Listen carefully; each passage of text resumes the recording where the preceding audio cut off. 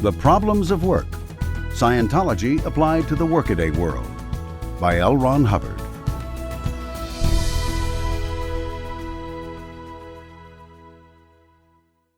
Scientology, a system of organized axioms resolving problems of the spirit, life, and thought, developed through the application of the methodology of the exact sciences to the humanities by L. Ron Hubbard.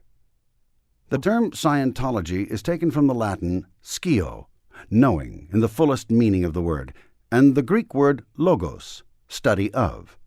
Scientology is further defined as the study and handling of the spirit in relationship to itself, universes, and other life. Dianetics, a forerunner and sub-study of Scientology. Dianetics comes from the Greek words dia, through, and nous, mind or soul. Dianetics is what the soul is doing to the body. Introduction. Scientology, the broad science of life, has many applications. If you knew what life was doing, you would know what many sciences and activities were doing. Here we have Scientology assisting the worker and the executive in assisting man to be more competent and more able, less tired and more secure in the workaday world.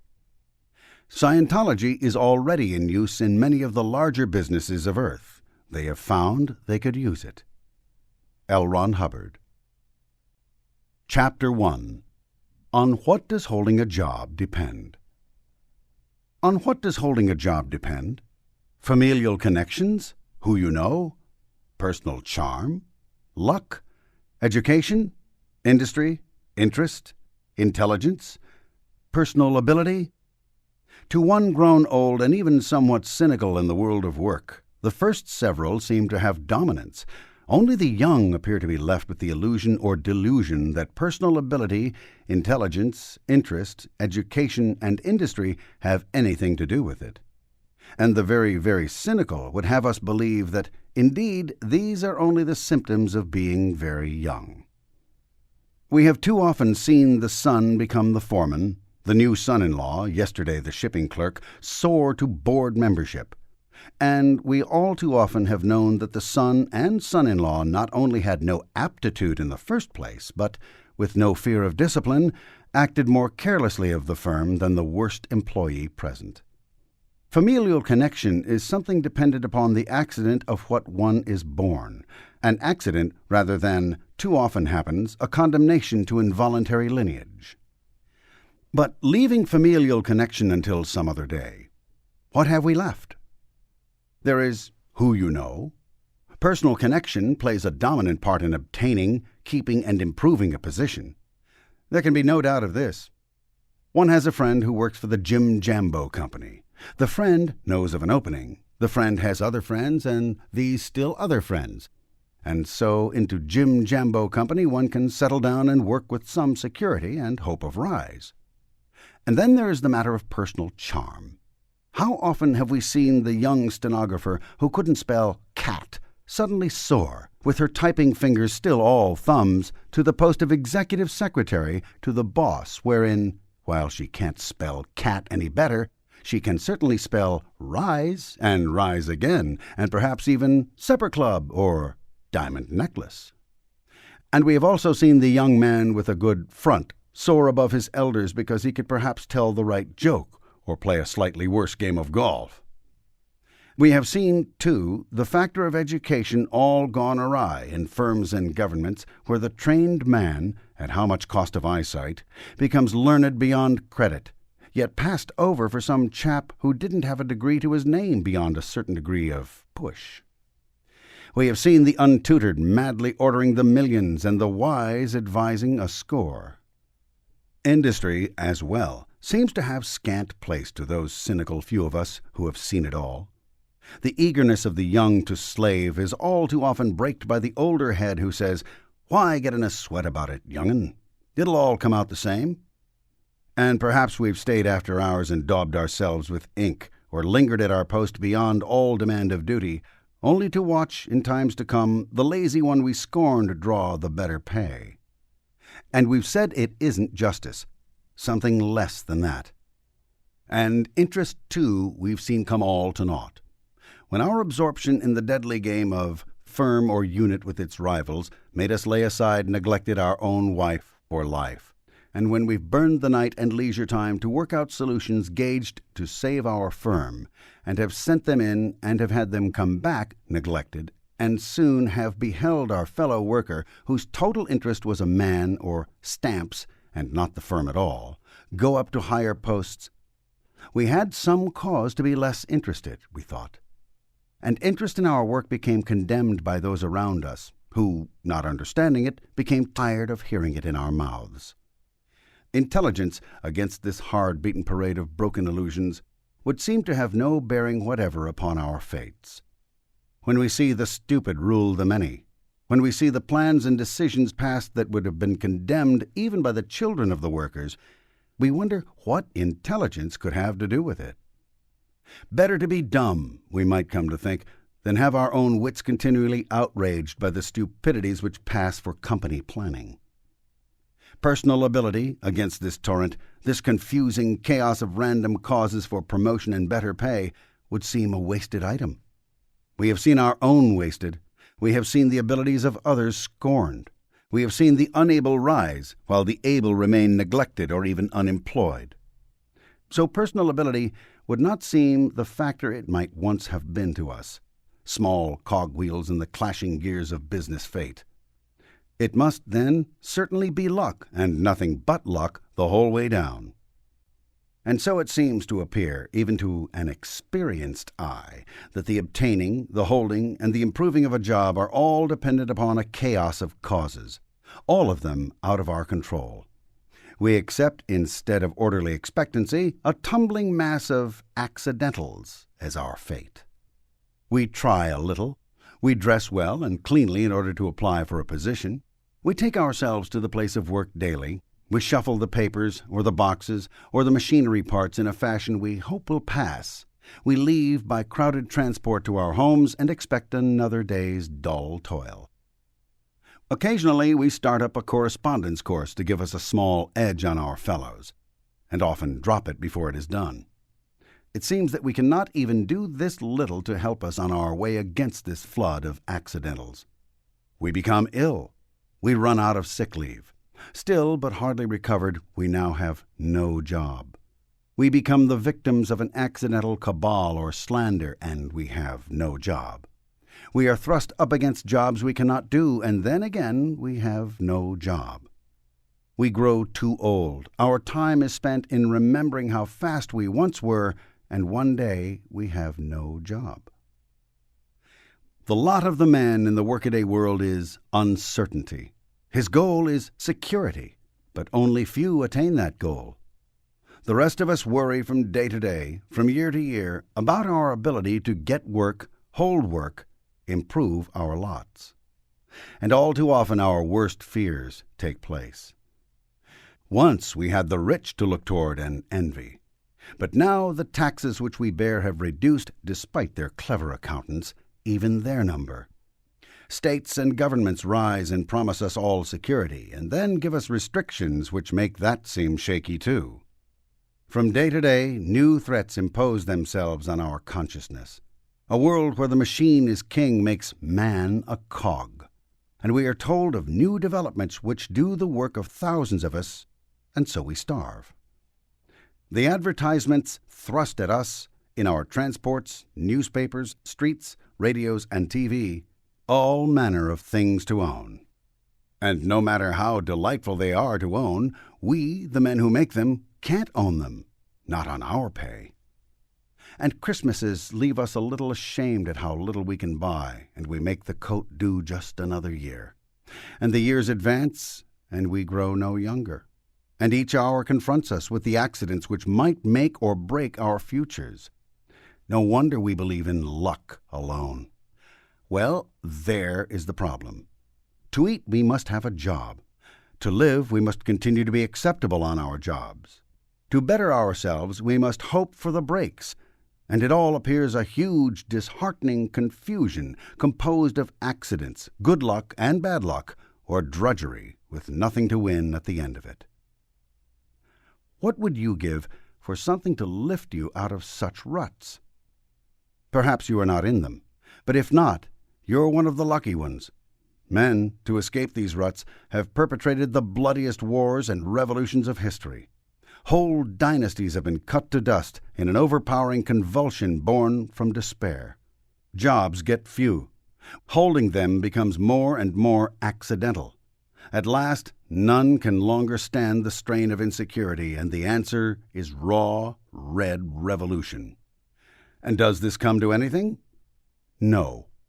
Revolution is that act of displacing a tyranny with a tyranny 10 times more despotic than the old. Changing governments, not even changing firms, can change basic security. The quest for security is a quest for constancy and peace. A worker deserves these things. He creates the goods. He should have the wherewithal to live. Instead, he has a chaos. But where is this chaos? Is it in the worker's family? Some say so. Is it in the character of capital? Some say so. Is this chaos born of bad government? Many have said so. Is it in the worker himself? Some would like him to think that. No, it is not in any of these things. The chaos of insecurity exists in the chaos of data about work and about people. If you have no compasses by which to steer through life, you get lost. So many recent elements of the industrial age have entered into life that life itself needs to be better understood. Work and security are parts of life. If life is not understood, then neither will these parts of life be understood. If all life seems chaotic, a matter of guess and chance, then certainly work will seem chaotic. But the role of work in existence is the greater role than any other. Some say we spend 1/3 of our lives in bed, and therefore beds are important. But we spend more than 1/3 of our lives at work, and if we don't work, we don't have a bed. So it seems that work is more important by far. If you add up the various parts of life, love or sports or entertainment, you will find that the majority of concentration is not on any of these but upon work. Work is the major role of our existences, whether we like it or not. If we don't like it, we don't like life. If we find a man a bit insane, old-time ologies would have had us look up his love life or his childhood. A newer idea and a better one is to look up his security and conditions of work. As security goes bad in a nation, insanity rises. If we were to attack national insanity problems and conquer them, we wouldn't build better insane asylums. We would better the condition of work. Life is 7/10 work, 1/10 familial, 1/10 political, and 1/10 relaxation. Economics, the paycheck, struggle for, is 7/10 of existence. Lose a man his income or his job, and you find him in bad mental condition, usually. If we're going to find proofs of this anywhere, we'll find them everywhere. Worry over security, worry over worth, worries about being able to do things in life for others are the principal worries of existence. Let's be very simple. People with nothing to do, people without purpose, most easily become neurotic or mad. Work, basically, is not a drudgery. It is something to do. The paycheck tells us we are worth something, and, of course, it buys us what we have to live, or almost does. All right, work security, then, is important. But security itself is an understanding. Insecurity is unknownness. When one is insecure, he simply doesn't know. He is not sure. Men who know are secure. Men who don't know believe in luck. One is made insecure by not knowing whether or not he is going to be sacked. Thus he worries, and so it is with all insecurity. Insecurity exists in the absence of knowledge. All security derives from knowledge. One knows he will be cared for no matter what happens. That is a security. In the absence of certain knowledge, it could also be a fallacy. Luck is chance. To depend upon luck is to depend upon not knowingness.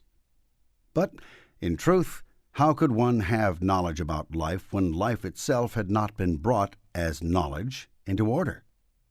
When the subject of life itself was a chaos, How could work, as a part of life, be anything but a chaos? If livingness is an unknown subject, then workingness and all pertaining to work must be an unknown subject, exposed to cynicism, hopelessness, and guesses. To obtain, hold, and improve a job, one would have to know the exact precision rules of life if one were to have a complete security. It would not be enough to know fairly well one's job. That would not be a security, for as time went on we would see, as we have listed, too many chances entering into it. Knowledge of the general underlying rules of life would bring about a security of life. Knowledge of the underlying rules of life would also bring about a security in a job. Scientology is a science of life. It is the first entirely Western effort to understand life. All earlier efforts came from Asia or Eastern Europe, and they failed. None of them gave greater security. None of them could change human behavior for the better. None of them, and they bragged about it, could change human intelligence. Scientology is something new under the sun. But young as it is still the only completely and thoroughly tested and validated science of existence. It doesn't demand 20 years of sitting on spikes to find out one is mortal. It doesn't demand a vast study of rats to know that man is confused. Scientology can and does change human behavior for the better. It puts the individual under the control of himself, where he belongs. Scientology can and does increase human intelligence. By the most exact tests known, it has been proven that Scientology can greatly increase intelligence in an individual. And Scientology can do other things. It can reduce reaction time, and it can pull the years off one's appearance. But there is no intention here to give a list of all it can do. It is a science of life, and it works.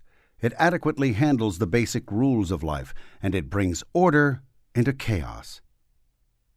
A science of life would be, actually, a science of good order.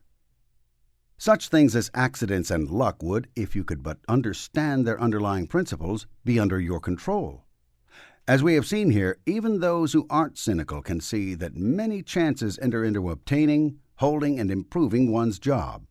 Some of those chances seem so wide and out of control that nothing at all could be done about them. But if we could but reduce the chanciness of a job, if we could make the right friends and be sure that our education would count and have some slight security that our interest and intelligence and native ability would not go all to waste, why then things would be better, wouldn't they? Well, we'll see what Scientology can do to reduce the chanciness of the workaday world for you and for those you know. What's life all about anyway? Chapter 2. Handling the confusions of the workaday world. We have seen how one might be led to believe there was something confusing about navigating one's career in the world of work. And confusion there is to one who is not equipped with guides and maps. Basically, it all seemed very simple, this thing called work, getting a job. One was educated into some skill, and one read an ad or was sent by a friend and was interviewed for a job.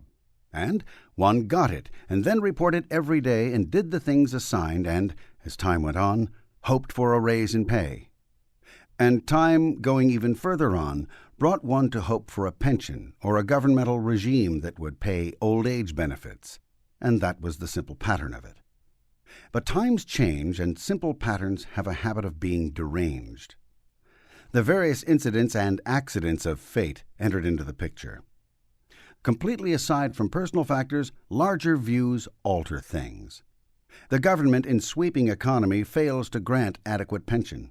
The business for which one works is shattered by a time of depression, or one's health fails inexplicably and one is left on charity. The worker in his workaday world is no towering giant amongst his many foes. The tinsel path sketched so happily by rabble-rousers, the great affection held for the worker by this or that ideology or political figure, do not reflect fact. A man working at a job is faced by difficulties large enough to him, no matter how small they might seem to a successful industrialist. A few % rise in taxes may mean that he thereafter goes without simple pleasures. An entrance upon bad times for the business may result in lessened pay, and there may go any and all luxuries and even some necessities, or the job.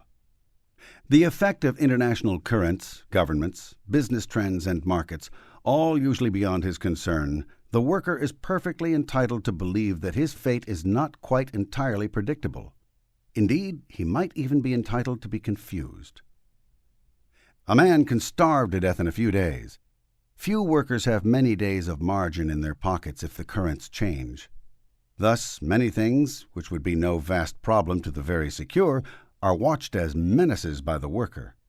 And these things can become so many that all life seems too confused to be borne, and one sinks into an apathy of day-to-day grind, without much hope, trusting that the next storm by luck will pass over him. As one looks at the many factors which might derange his life and undermine his security, the impression of confusion seems well-founded. And it can be said with truth that all difficulties are fundamentally confusions. Given enough menace, enough unknown, a man ducks his head and tries to swing through it blindly. He has been overcome by confusions. Enough unsolved problems add up to a huge confusion. Every now and then, on his job, enough conflicting orders bring the worker into a state of confusion. A modern plant can be so poorly managed that the entire thing appears to be a vast confusion to which no answer is possible. Luck is the usual answer one resorts to in a confusion. If the forces about one seem too great, one can always rely on his luck. By luck we mean destiny not personally guided. When one turns loose an automobile wheel and hopes the car will stay on the road, by luck, he is often disappointed. And so it is in life. Those things left to chance become less likely to work themselves out. One has seen a friend shutting his eyes to the bill collectors and gritting his teeth while he hopes that he will win at the races and solve all his problems. One has known people who handled their lives this way for years. Indeed, one of Dickens' great characters had the entire philosophy of waiting for something to turn up. But luck, while we grant that it is a potent element, is only necessary amid a strong current of confusing factors.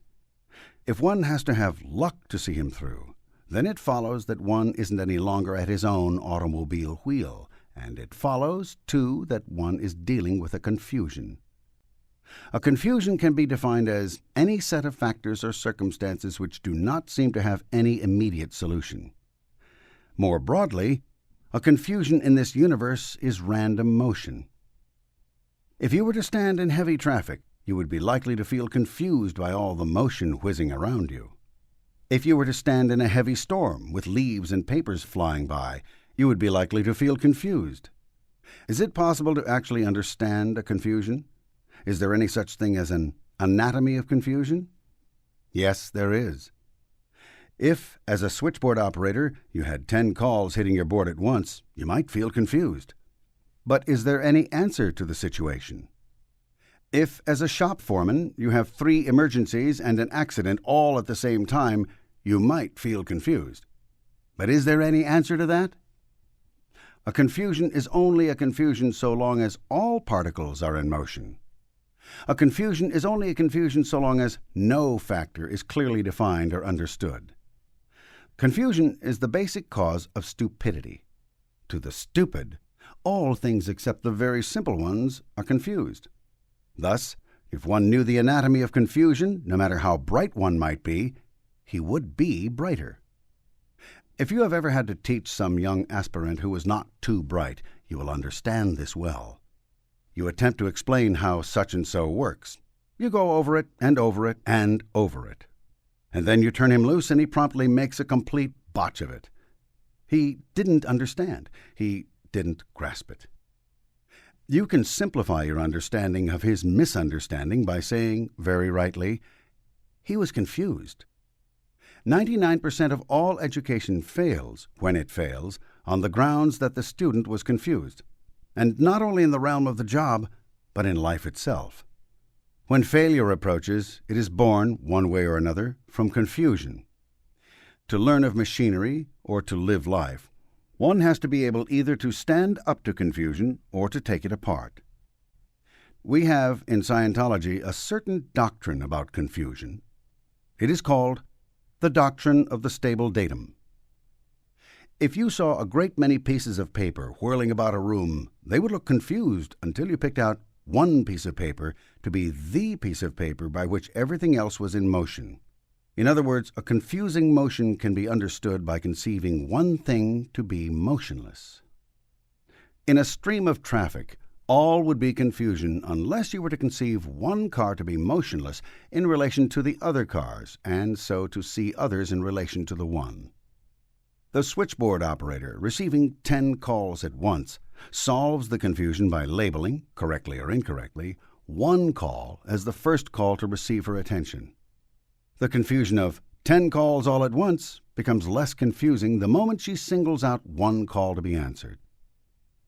The shop foreman, confronted by 3 emergencies and an accident, needs only to elect his first target of attention to start the cycle of bringing about order again. Until one selects one datum, one factor, one particular in a confusion of particles, the confusion continues. The one thing selected and used becomes the stable datum for the remainder. Any body of knowledge, more particularly and exactly, is built from one datum. That is, its stable datum. Invalidate it, and the entire body of knowledge falls apart. A stable datum does not have to be the correct one. It is simply the one that keeps things from being in a confusion and on which others are aligned. Now, in teaching a young aspirant to use a machine, he failed to grasp your directions, if he did, because he lacked a stable datum. One fact had to be brought home to him first. Grasping that, he could grasp others. One is stupid then, or confused in any confusing situation, until he has fully grasped one fact or one item.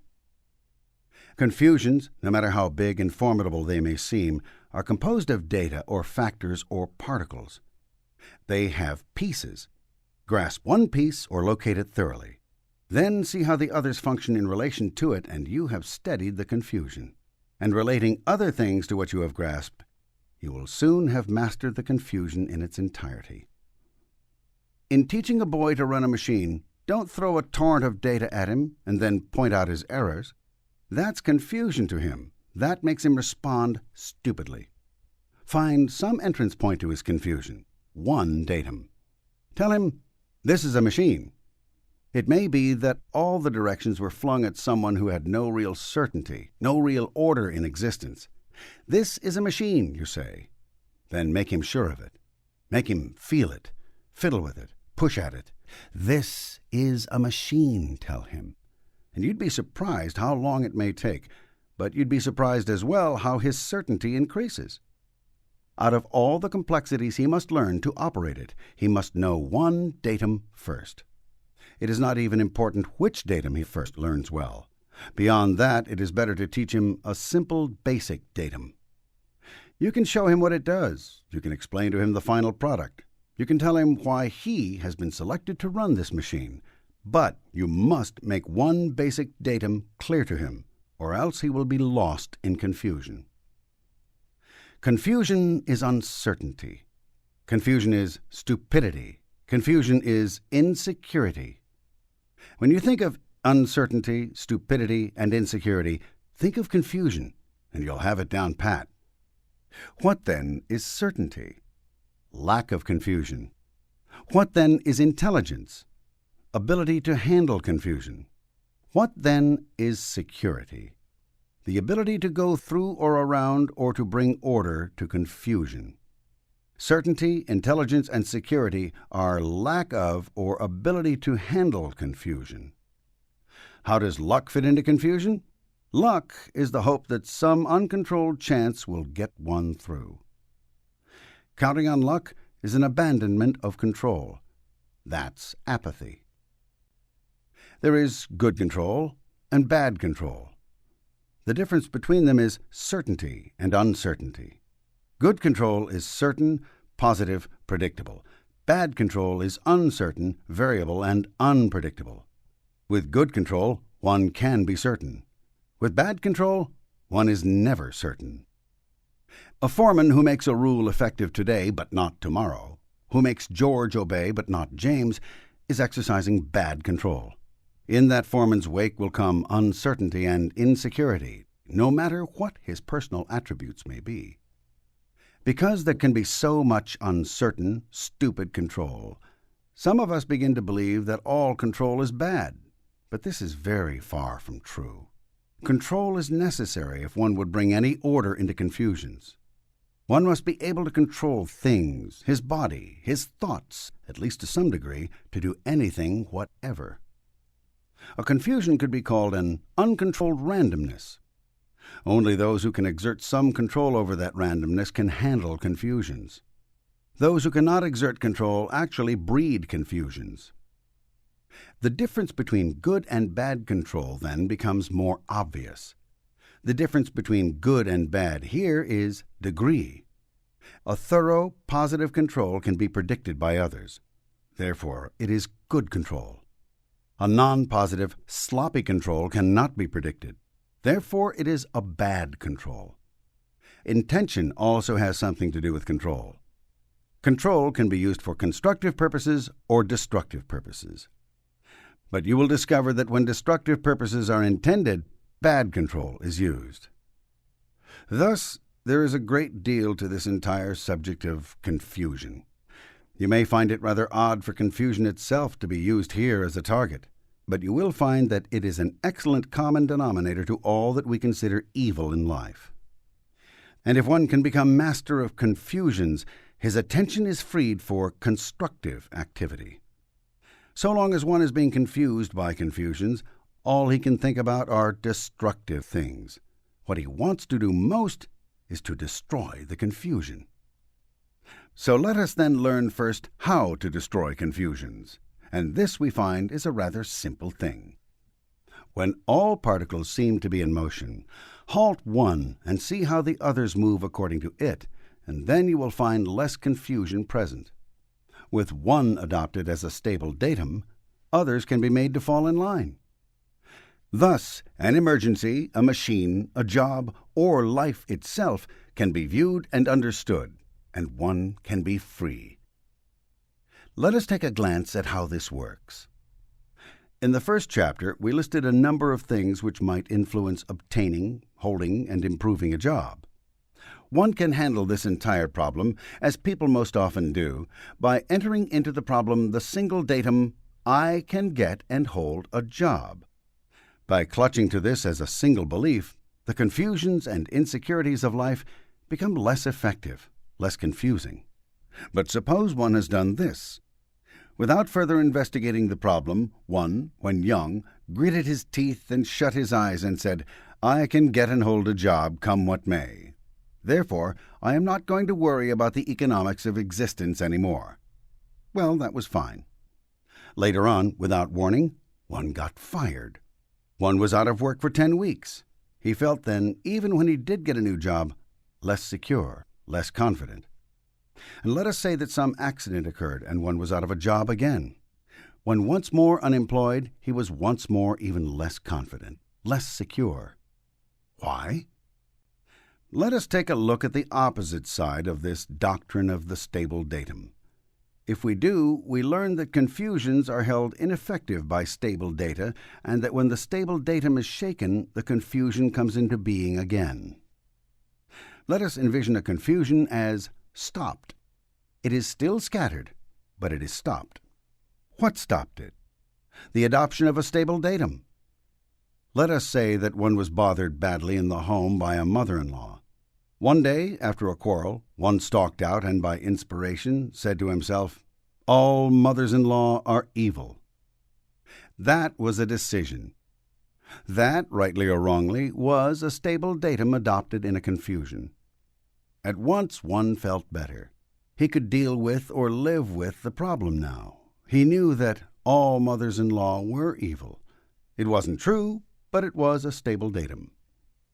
Then, one day, when he was in trouble, his mother-in-law stepped forward, true blue, and paid not only the rent, but the other debt too. At once he felt very confused. This act of kindness should not have been a thing to bring in confusion. After all, hadn't she solved the problem? Then why does one feel upset about it? Because the stable datum has been shaken. The entire confusion of the past problem came into action again by reason of the demonstrated falsity of the stable datum. To make anyone confused, all you have to do is locate their stable data and invalidate them. By criticism or proof, it is only necessary to shake these few stable data to get all a person's confusions back into action. You see, stable data do not have to be true. They are simply adopted. When adopted, then one looks at other data in relation to them. Thus, the adoption of any stable datum will tend to nullify the confusion addressed. But if that stable datum is shaken, invalidated, disproven, then one is left again with the confusion. Of course, all one has to do is adopt a new stable datum or put the old stable datum back in place. But he'd have to know Scientology in order to accomplish this smoothly. Let us say one has no fears of national economy because of a heroic political figure who is trying his best. That man is the stable datum to all one's confusions about national economy. Thus one isn't worried. But one day circumstances or his political enemies shake him as a datum. They prove he was really dishonest. One then becomes worried all over again about national economy. Maybe you adopted some philosophy because the speaker seemed such a pleasant chap. Then some person carefully proves to you that the speaker was actually a thief, or worse. One adopted the philosophy because one needed some peace from his thoughts. Invalidating the speaker would then at once bring back the confusion one faced originally. All right, we looked at the confusion of the workaday world when we were young, and we held it all back by stating grimly, "I can get and keep a job." That was the stable datum. We did get a job, but we got fired. The confusion of the workaday world then became very confusing. If we have only the one stable datum, "I can get and keep a job," as our total answer to all the various problems listed in the first chapter, then assuredly one is going to spend some confusing periods in his working life. A far, far better stable datum would be, "I understand about life and jobs, therefore I can get, hold, and improve them." And that's where we are going in this book. Chapter 3. Is work necessary? An understanding of life is necessary to the living of it. Otherwise, life becomes a trap. To so many of us in the workaday world, this trap takes the form of work. If only we didn't have to work, how many delightful things could we do? If only we had some other way of getting money, travel, vacations, new clothes. What a host of things would be ours if only we didn't have to work. It is almost an educational factor of our society that work, duress of, is the root of our unhappiness. We hear unions and welfare states, as well as individuals, basing all their plea upon a reduction of work. Getting rid of work by virtue of reduced hours and the introduction of automatic machinery has become the byword of the mid-20th century. Yet the most disheartening thing which could happen to most of us would be the loss of all future jobs. To be denied the right to work is to be denied any part of the society in which we live. The rich man's son, the moneyed dowager, neither of them works, neither is sane. When we look for neurosis and folly in our society, we look toward those who do not or cannot work. When we look over the background of a criminal, we look at inability to work. Somehow, the right to work seems to be bound up in happiness and the zest of living. And demonstrably, the denial of work is bound up with madness and insanity. As the amount of automatic machinery increases in our society, so increases the percentile of our people who are insane. Child labor laws, injunctions against overtime, demands for many papers and skills and conditions of being alike combine to reduce the amount of work that can be done by an individual. Have you ever seen a retired man who pined for his desk? Today, The doctrine of limited work educates us to believe that at such and such an age we must stop work. Why is this so popular when we can see for ourselves that the end of work is the end of life in most cases? Speaking politically for a moment, from the standpoint of sanity, man more dearly needs the right to work than he does an endless number of pretended freedoms. Yet we carefully discourage in our children and in our society those people who make work. Unless work is made, there will be no work to do. Work is not something that springs ready-made into our sight. Work is something that is created. New inventions, new markets, new systems of distribution must be created and brought into existence as times change and old methods, old markets, old systems become inadequate and wear out. Somebody created the jobs we do. When we work, we either do a job created by ourselves or by another. It is not enough to coast along in a job. The job, day by day, has to be made by us, no matter who created it in the first place.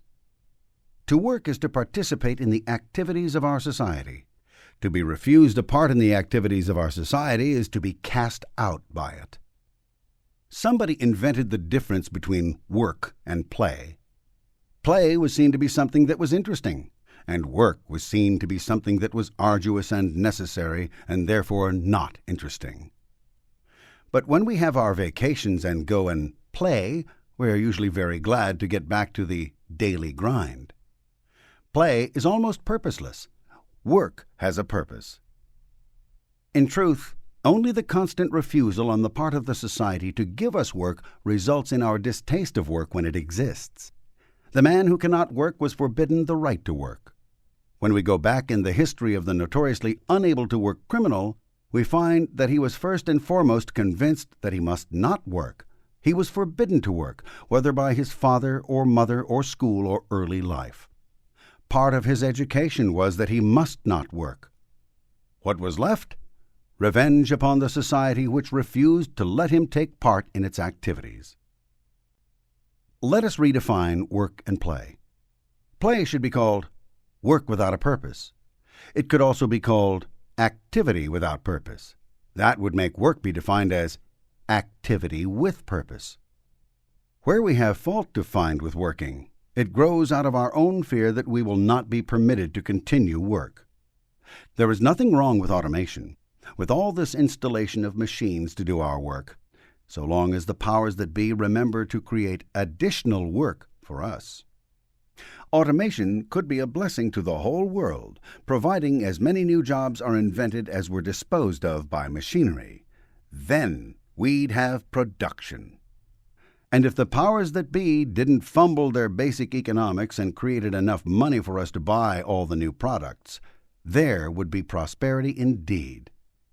So it isn't automation that is at fault. If automation leaves people unemployed, somebody wasn't permitted to invent new jobs for us. Of course, if every new business is flattened by restriction, and if every man who would invent work was prohibited from doing so, then and only then would automatic machinery bring about our downfall. Despite the much advertised joys of vacations and endless play, such things have never been other than a curse for man. The earliest mention of it was by Homer in the Lotus Isles, and didn't that crew go to pieces? No, definitely there is more to work and working than having to have a paycheck. Of course, there are jobs more interesting than other jobs. Of course, there are positions which are more remunerative than other positions. But when one contrasts the right to have a position with no right to have one, then one will choose even the less interesting and poorer paid tasks. Did you know that a mad person could be made well simply by getting him convinced that he has some purpose in life? Well, that can happen. It doesn't matter how thin or artificial that purpose may be. Mad people can be made sane with it. One instance comes to mind of a crazy girl for whom nothing could be done. That was the point in her case. Nothing could be done for her. But one night near the asylum an auto accident occurred, and an overworked doctor, seeing her near, ordered her to do some things for the victims. She became well. She became a staff nurse. She was never insane thereafter. Now, no one pretends that we are all mad if we don't work, but it is an astonishing thing that we drift in that direction when we are forbidden to labor. Great revolutions occur out of a mass inability to work. The crowds rebel not because they are angry over privileges, which they always say, but because they have gone mad having no work. It is truth that revolutions cannot occur when people are all employed. And it doesn't even matter how arduously they are employed either.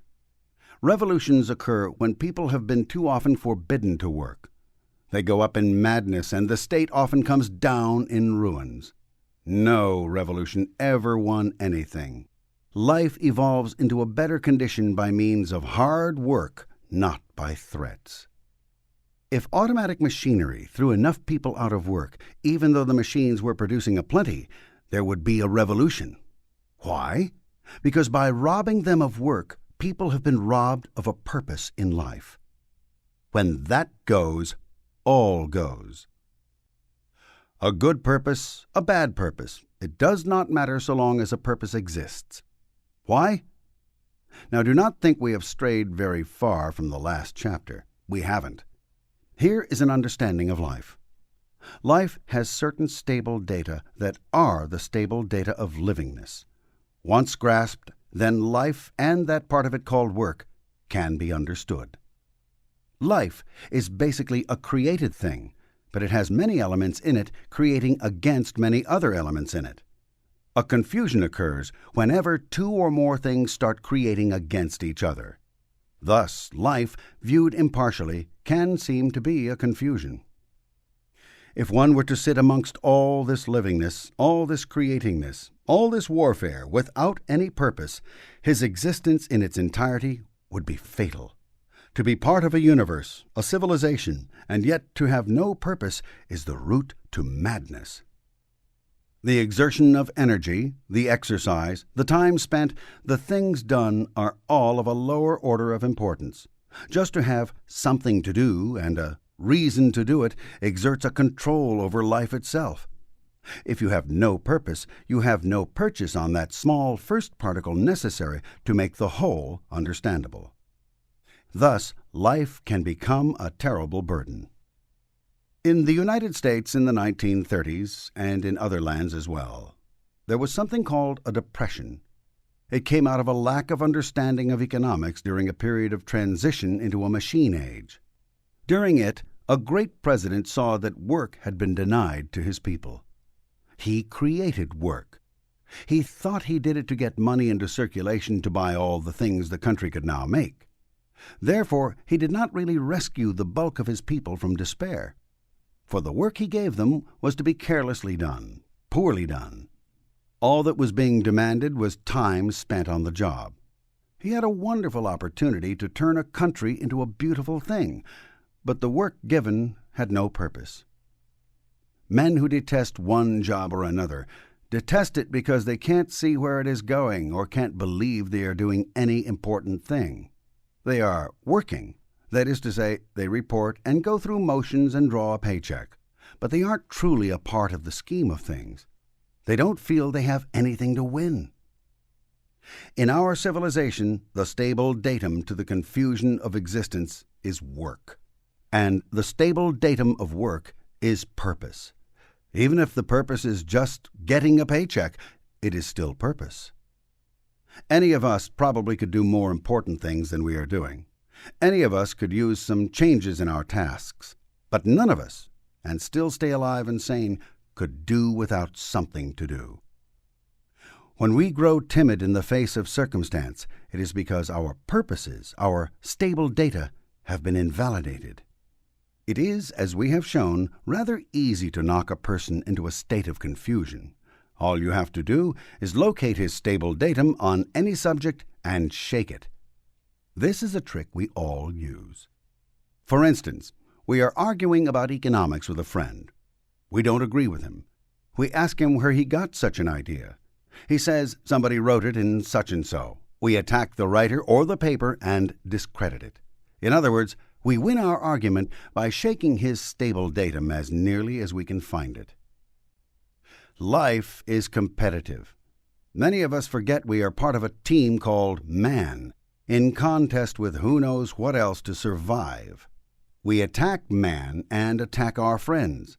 In the course of holding a job, it seems only natural that here and there in the organization would be people who were so insecure in their own tasks that they seek to spread insecurity around them. Having drunk of confusion too deeply, having too few stable data, a person can begin to dramatize confusion, to spread it, to consciously try to make everything and everybody confused. One of the favorite targets of such people is the stable datum of work. Although usually such people cannot even do their own jobs, they are very anxious to make others tired of theirs. They cut down the competition by carving up the stable data of others. Beware these people who come around and inquire sympathetically about your health because you look overworked. It is almost easier to get overloafed than overworked. Beware these people who want you to sign a petition to shorten the hours to be spent on the job. The end product of that is no job. And beware, too, the fellow who is always taking it out of the firm because the firm, quote-unquote, can afford it. Remember, that firm is part yours, no matter if they fire you tomorrow. Such people are trying to pull out from under you the stable datum of work. If you are afraid of losing your job, it is because you suffer already from too many forbiddings to work. The only way to hold a job is to make it every day, to create it and keep it created. If you have no wish to create and continue that job, then there must be something at cross purposes with purpose. There is something wrong between what you think would be a good purpose and what purpose your job has. Government jobs are interesting because so often nobody seems to care, really, whether the job has purpose or not.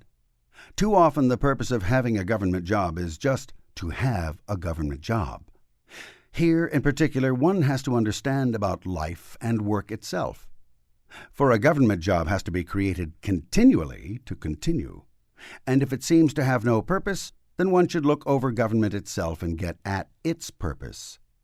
For the purpose of the government as a whole, in some part, would be the purpose of the job held, no matter how small.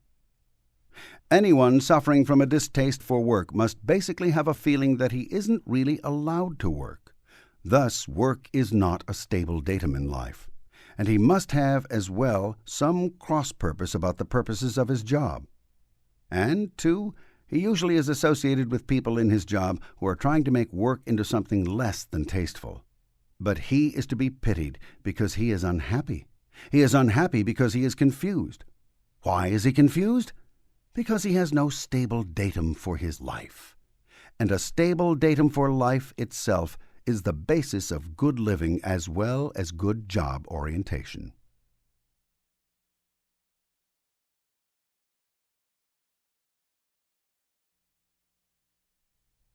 Chapter 4. The Secret of Efficiency. What is control? Whether one handles a machine the size of a car or as small as a typewriter, or even an accounting pen, one is faced with the problems of control. An object is of no use to anyone if it cannot be controlled. Just as a dancer must be able to control his body, so must a worker in an office or a factory be able to control his body, the machines of his work, and to some degree the environment around him. The primary difference between the worker in an office or a factory and an executive is that the executive controls minds, bodies, and the placement of communications, raw materials, and products, and the worker controls, in the main, his immediate tools. However, it is far too easy for those anxious to agitate labor into measures not necessarily good for it, and for executives who themselves are anxious for control and anxious about it, to forget that the worker who does not control his materials of work, and who is himself a controlled factor only, is practically useless to the plant itself. Both management and labor must be able to control their immediate environment. The most apparent difference between an executive and a worker is that the executive controls more environment than the worker. To that degree, then, the executive must be more capable than the worker, or the plant or business is doomed to difficulty, if not failure. What is a good workman? He is one who can positively control his equipment or tools of trade, or who can control the communication lines with which he is intimately connected. What is a bad worker? A bad worker is one who is unable to control the equipment he is supposed to control or the communication lines he is supposed to handle. People who wish to control others, but who do not wish others to control anything, bring us into a difficulty by establishing a fallacy. That fallacy is that there is such a thing as bad control. Control is either well done or not done. If a person is controlling something, he is controlling it. If he is controlling it poorly, he is not controlling it. A machine which is being run well is controlled. A machine which is not being run well is not being controlled. Therefore, we see that bad control is actually a not control. People who tell you that control is bad are trying to tell you that automobile accidents and industrial accidents are good. Attempted control for bad or covert purposes is harmful, but it carries with it the ingredient of unknowingness. The person who is attempting control is actually not controlling. He is simply seeking to control, and his efforts are, in the main, indefinite and unpositive, which, of course, are characteristics which control itself does not countenance. When unknowingness is entered into control, control can become antipathetic, but it does not become a fact.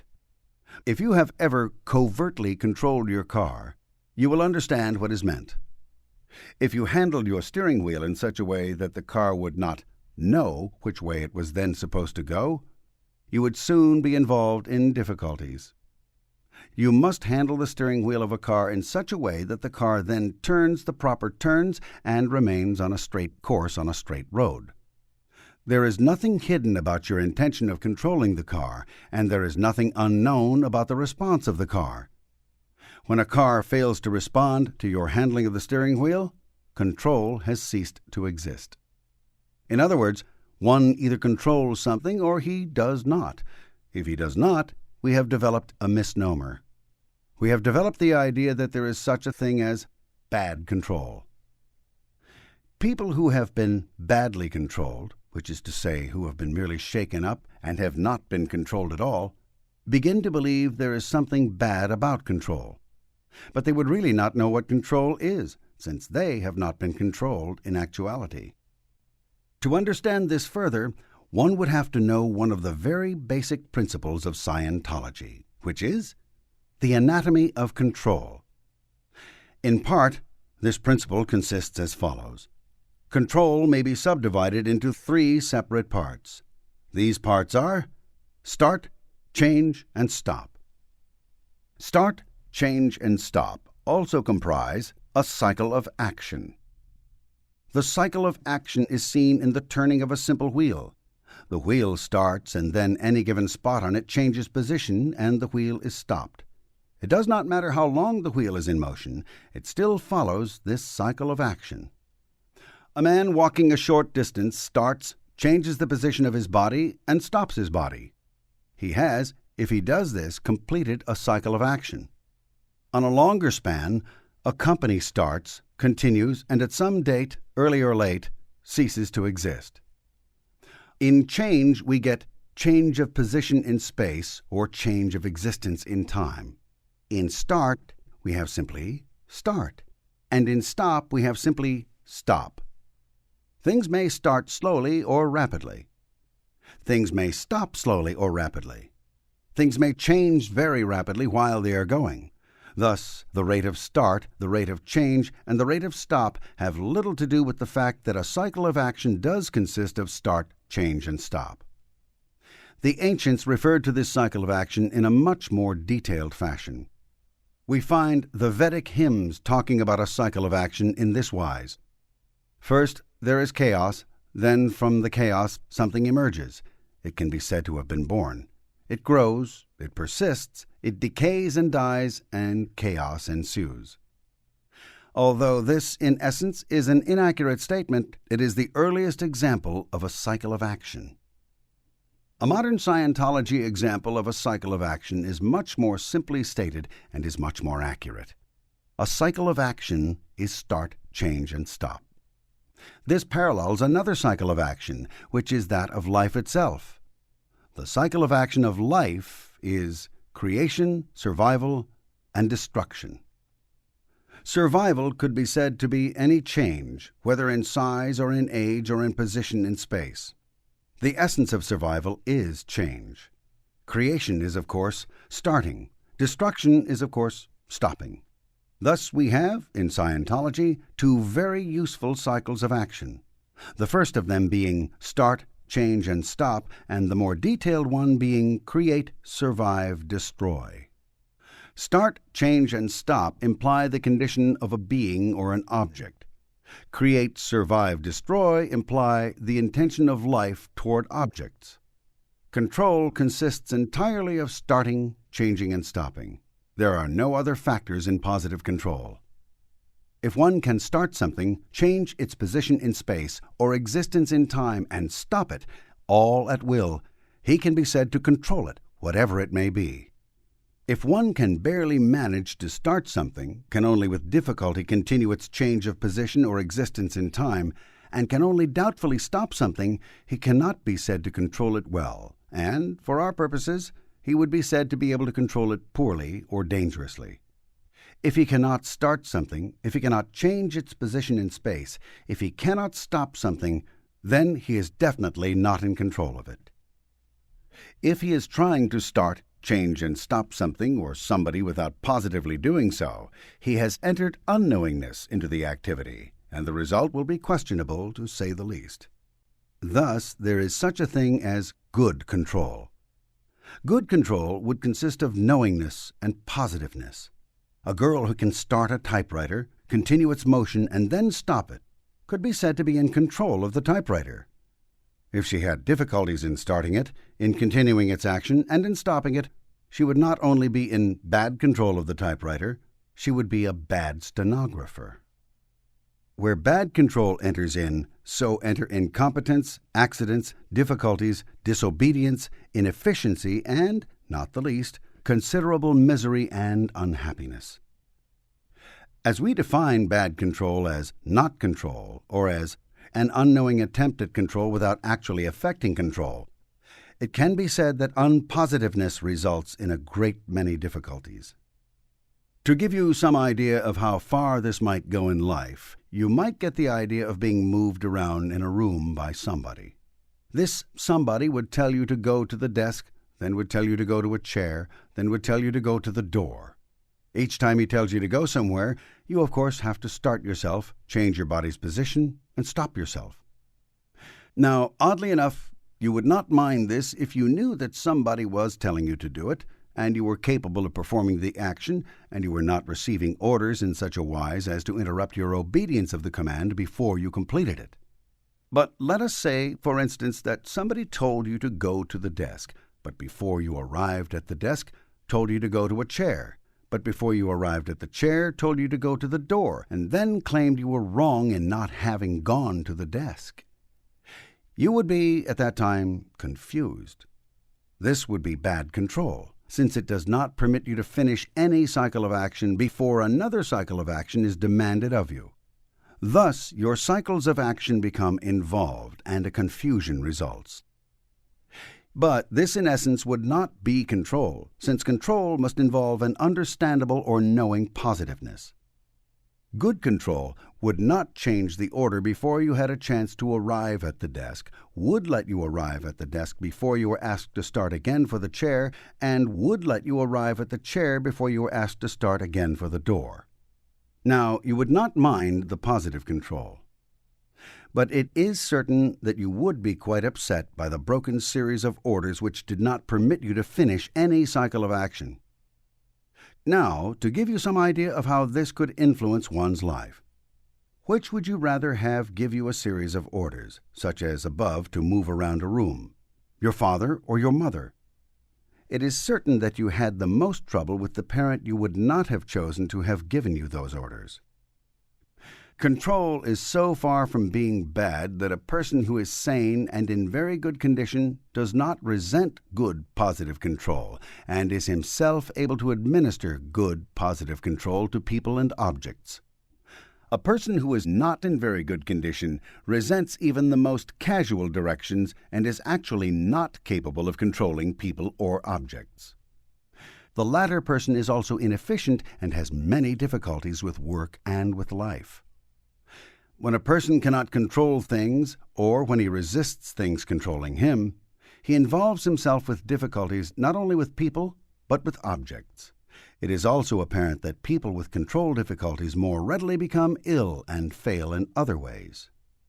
When a person is incapable of controlling a piece of machinery, it often occurs that the machinery reverses the matter and begins to control him. As an example, a driver who cannot exert positive control on a car is quite likely, eventually, to be controlled by that car. Instead of a driver driving a car down the street, we have a car taking a driver down the street. And sooner or later, the car, not being very expert at control, winds its driver up in a ditch. Even mechanical failures are attributable to a lack of control.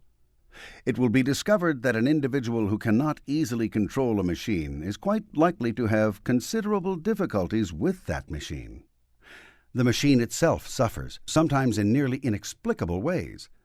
Motors run for some men and do not run for others. Some machinery will go on for years in the hands of a mechanic. But when the mechanic leaves it and another takes his place who is not adept, the machine may be found to break down and experience difficulties never before noticed in it.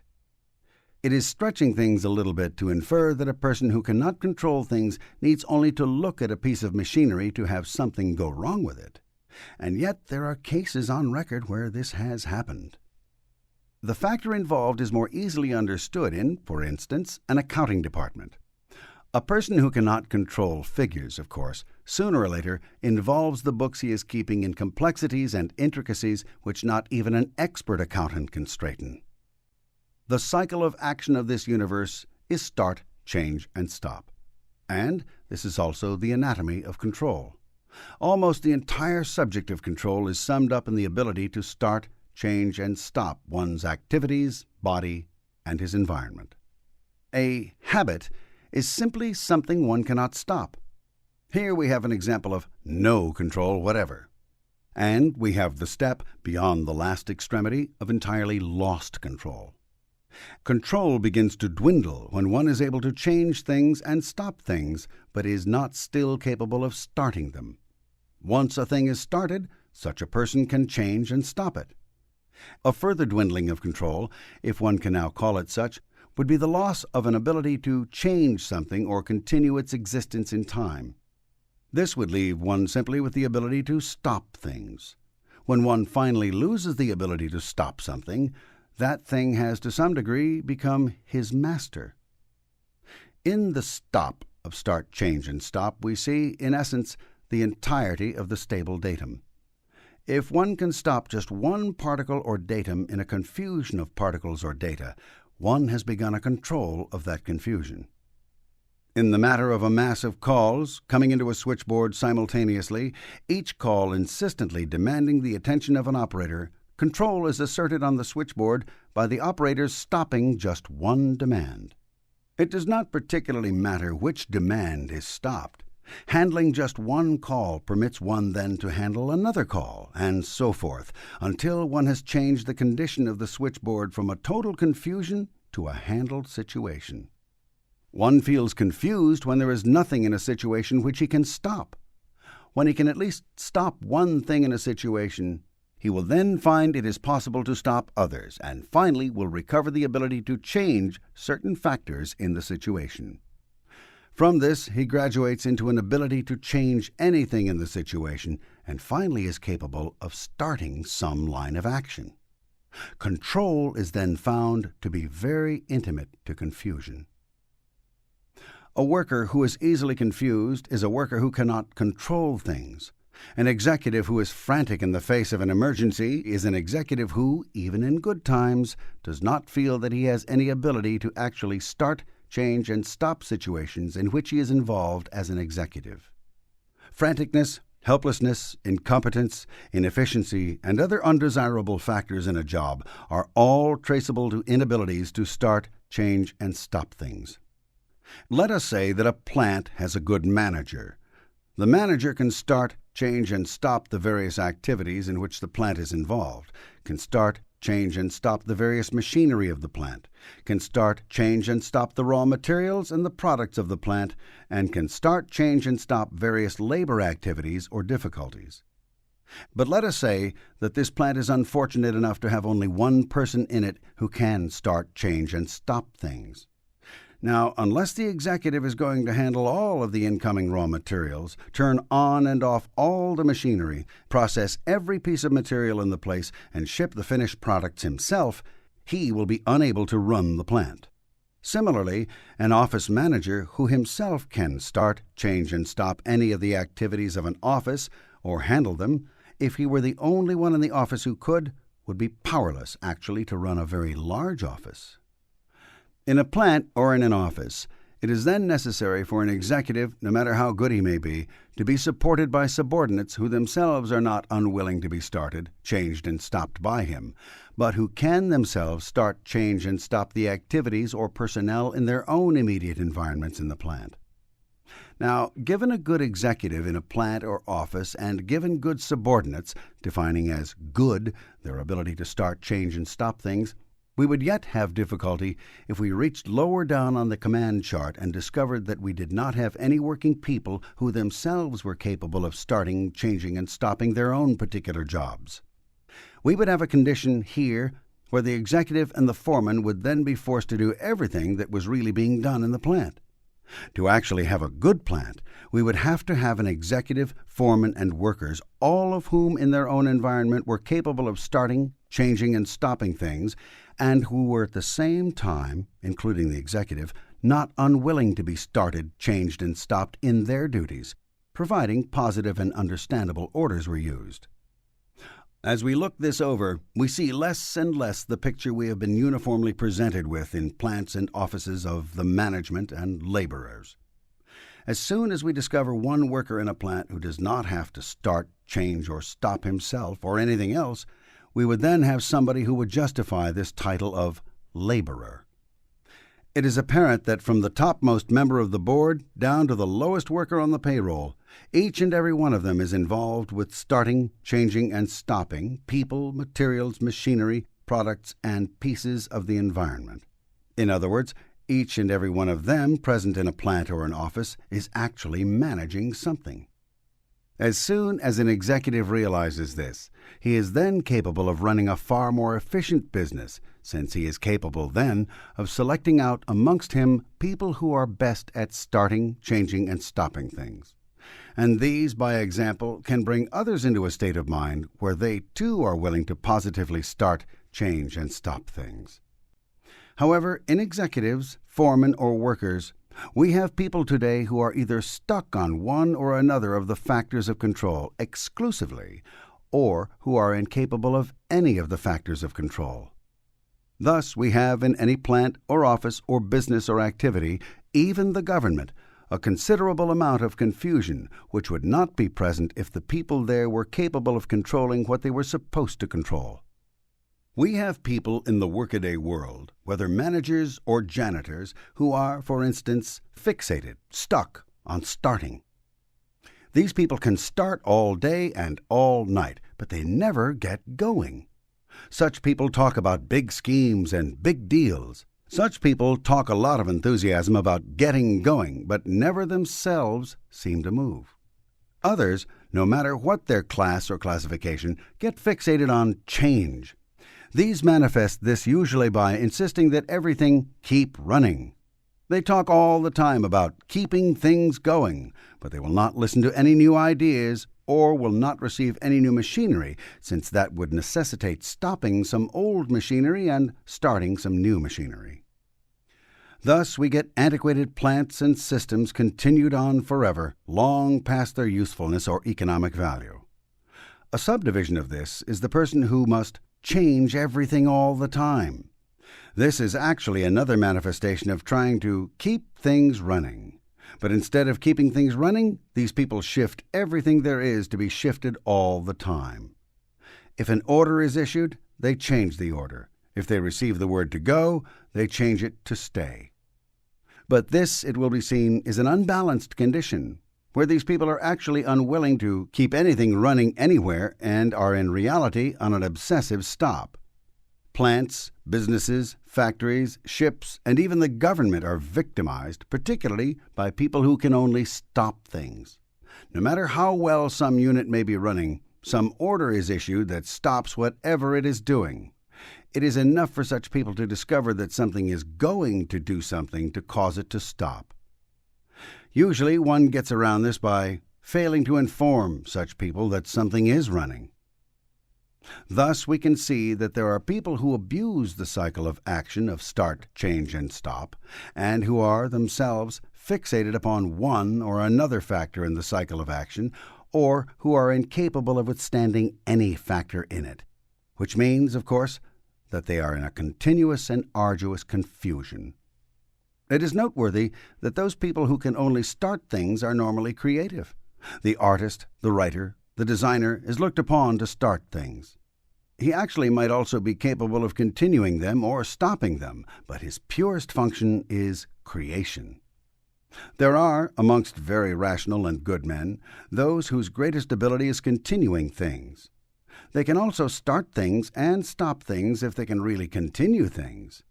It is upon these men that we depend for the survival of a business or an operation. Then there is the class that is used by the society to stop things. Such people have normally a police function. Certain things are declared to be bad, and these things so designated are then turned over to people who stop them. Imperfect production is stopped by inspectors. Bribery, corruption, or crime is stopped by police. Other national or aggressive persons are stopped by the military, and it should occasion no surprise that these specialists in stop are, of course, specializing in destroy. It should occasion no further surprise that when one looks at the element in a society most likely to decay the society, one looks for those whose job it is to specialize in stops. These people, in the main, while serving a very good function for the society at large, if they become fully in charge, as in a police state, would only destroy the state and its people, as has been noted since the days of Napoleon. The most recent nation which turned over the entire function of the state to police was Germany, and Germany was stopped very thoroughly. Germany also effected nothing but destruction. When we have a society which is very good at starting, we have a creative society. When we have a society which is very good at keeping things running, we have a society which endures. When we have a society which is only capable at stopping things, we have a society which is destructive or which is itself destroyed. Therefore, we must realize that a balance amongst these three factors of start, change, and stop is necessary, not only in an individual, but in a business, and not only in a business, but in a nation. When one can only do one of these, one is considerably limited in his usefulness. The optimum condition would be for everyone, from manager down to janitor, to be capable of starting, changing, and stopping, and to be able to endure being started, changed, and stopped. Thus we would have a balanced and relatively unconfused business activity. No business can succeed unless it has been properly started, unless it is progressing through time or changing position in space, and unless it is capable of stopping harmful practices and even competitors. As it is with a nation or a business, so it would be with an individual holding down a single job. He should be able to start, change, and stop anything under his immediate control. If he is running a machine, he should be able to start the machine, to keep it turning, changing, and to stop it. And this should be under his own determinism. His machine should not be started and stopped by some engineer at some period of the day without any attention from himself. Furthermore, if he thought the machine should be shut down and oiled, he should have the authority to do so, and should not have to withstand the pummeling of some machine foreman who, without understanding the situation, simply observed that a machine was stopped, which, according to his lights, ought to be running. Even a janitor, to have any efficiency at his job, and thus to have a clean set of offices or a plant, would have to be able to start, change, and stop the various objects having to do with his particular job. He should not have to keep on sweeping after the floor is clean, and he should not have to stop sweeping before he has cleaned the floor. And he should be able to start sweeping the floor when he believes it ought to be swept. Naturally, if he is able to do these things, he is also able to cooperate with his fellow workers and himself be stopped or started or altered in his activity so as to execute his job while making it possible for them to do their job. Here, however, we envision a nation or a plant or an office or a small section or department running without any supervision at all. Whereas there would be executives and foremen and workers, it is doubtful if supervision of others would occupy much of anyone's time. As the ability of the worker and foreman and executive to start, change, and stop those things which they should handle and control declines, it will be discovered that supervision enters in. The less capable people are of starting, changing, and stopping the people or objects under their immediate control, the more supervision they require. When supervision gets up to 80% of the plant's activities, it is certain that the confusion will be so great that inefficiency will result in such magnitude as to ruin the activity. Supervision, then, is actually a criticism of the junior. It implies that the junior does not know or is not able in the field of control. Cooperation and alignment of activity is different than supervision. Where one has a chain of command, one does not necessarily have supervision. One does have, however, coordinated planning for an entire operation, which is then relayed to others in the operation so that coordination can take place. If everybody is agreed on the worthwhileness of any activity, and if everybody in that activity were capable of actually controlling those items or persons which were in his immediate sphere of action, it would be found that planning would not have to engage in much supervision in order to effect the execution of the ideas involved. This is a very high order of dream. Only where Scientology has been thoroughly at work could such a thing occur, that an organization could run in agreement with itself without supervision or punitive action. One is able to gauge those workers around him by the amount of confusion in which they are involved. That confusion tells one at once the degree of inability to control things. That inability to control things may not be entirely the fault of the worker. There are two things which can be psychotic. One is the surroundings, and the other is the person. A sane man has difficulty in insane surroundings. An insane man has difficulty in even the sanest and most orderly surroundings. Thus, there are two factors involved in any operation: the person and the surroundings. It could also be said there are two factors involved in any business: the surroundings of the business itself and the business.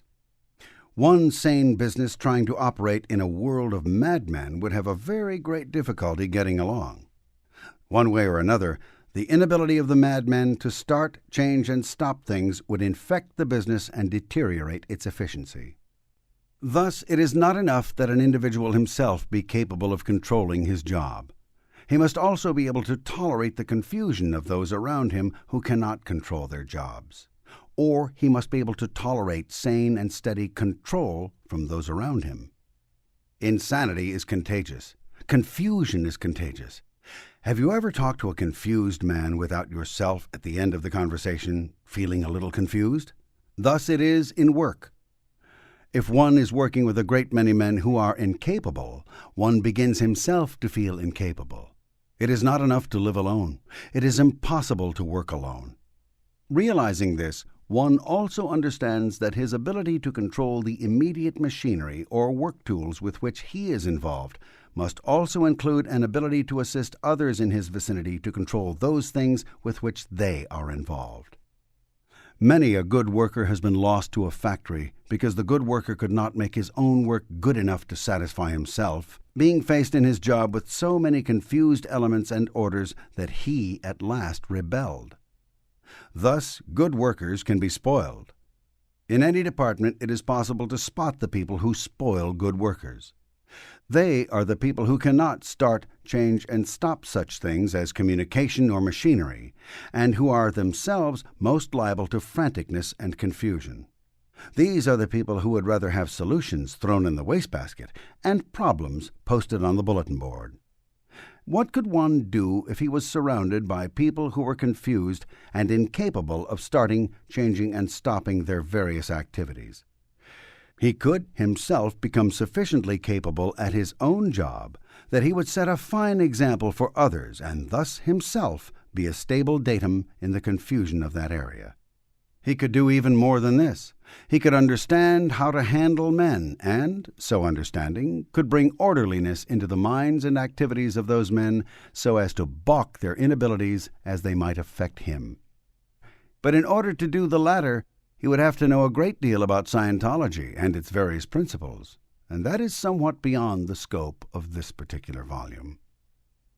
For the individual worker who wishes to do a good job and to go on having a job and to rise in his position, it is almost enough that he understand his job thoroughly so that no part of it confuses him and so that he can start, change, and stop anything with which he is connected in that job, and that he himself can tolerate being started, changed, and stopped by his superiors without himself becoming unsettled. In other words, the greatest asset and greatest job insurance a worker could have would be a calmness of mind concerning what he was doing. A calmness of mind is derived from the ability to start, change, and stop the objects and activities with which he is involved, and to be able to be started, changed, and stopped by others without himself becoming as confused as they are. Thus, the secret of doing a good job is the secret of control itself. One not only continues to create a job day by day, week by week, month by month. He also continues the job by permitting it to progress. And he is also capable of stopping or ending any cycle of work and letting it remain finished. Workers are most often victimized by bosses, juniors, or marital partners who are not themselves capable of controlling anything, yet who will not be controlled, and who in some peculiar way are obsessed on the idea of control. A worker who is thus intimately connected with something that he himself cannot control, and which is incapable of actually or really controlling him, performs his work in a confused state which can only lead to difficulties and distaste for work itself. It can be said that the only thing bad about working is that it is so very often associated with inabilities to control. When these are present, then the work itself seems tiresome, arduous, and uninteresting, and one would rather do anything else than continue that particular work. There are many solutions to this. First amongst them is to regain control of the items or functions which one is most intimately connected with in doing his job. However, control in itself is not an entire answer to everything, for if it were, one would have to be able to control everything, not only in his own job, but in an office or on earth before he could be happy. We discover in examining control that the limits of control should be extended only across one's actual sphere of operation. When an individual attempts to extend control far beyond his active interests in a job or in life, he encounters difficulty. Thus, there is a limit to the area of control, which, if violated, violates many things. It is almost a maxim that if an individual consistently seeks to operate outside his own department, he will not take care of his own department. As a matter of fact, in Scientology organizations, it has been discovered that a person who is consistently involving himself with things far beyond his actual scope of interest is not covering his actual scope of interest. Thus, there is obviously another factor involved than control. This factor is willingness not to control, and is fully as important as control itself. Chapter 5. Life as a Game. It is quite obvious that if anyone controlled everything, he would have no game. There would be no unpredictable factors, no surprises in life. This might be said to be a hell of considerable magnitude. If one could control everything absolutely, he would of course be able to predict everything absolutely. If he could predict the course and action of every motion in the entirety of existence, he would of course have no real interest in it. We have already looked at the necessity of controlling the immediate objects of work. But remember, it is necessary, if one controls these immediate objects, to have other objects or environments in which one does not absolutely control. Why is this? It is because life is a game. The word game is used here advisedly, When one is mired down in the sometimes titanic struggle of existence, he is apt to discount the fact that there is joy in living. He is apt to disbelieve that such a thing as fun can exist.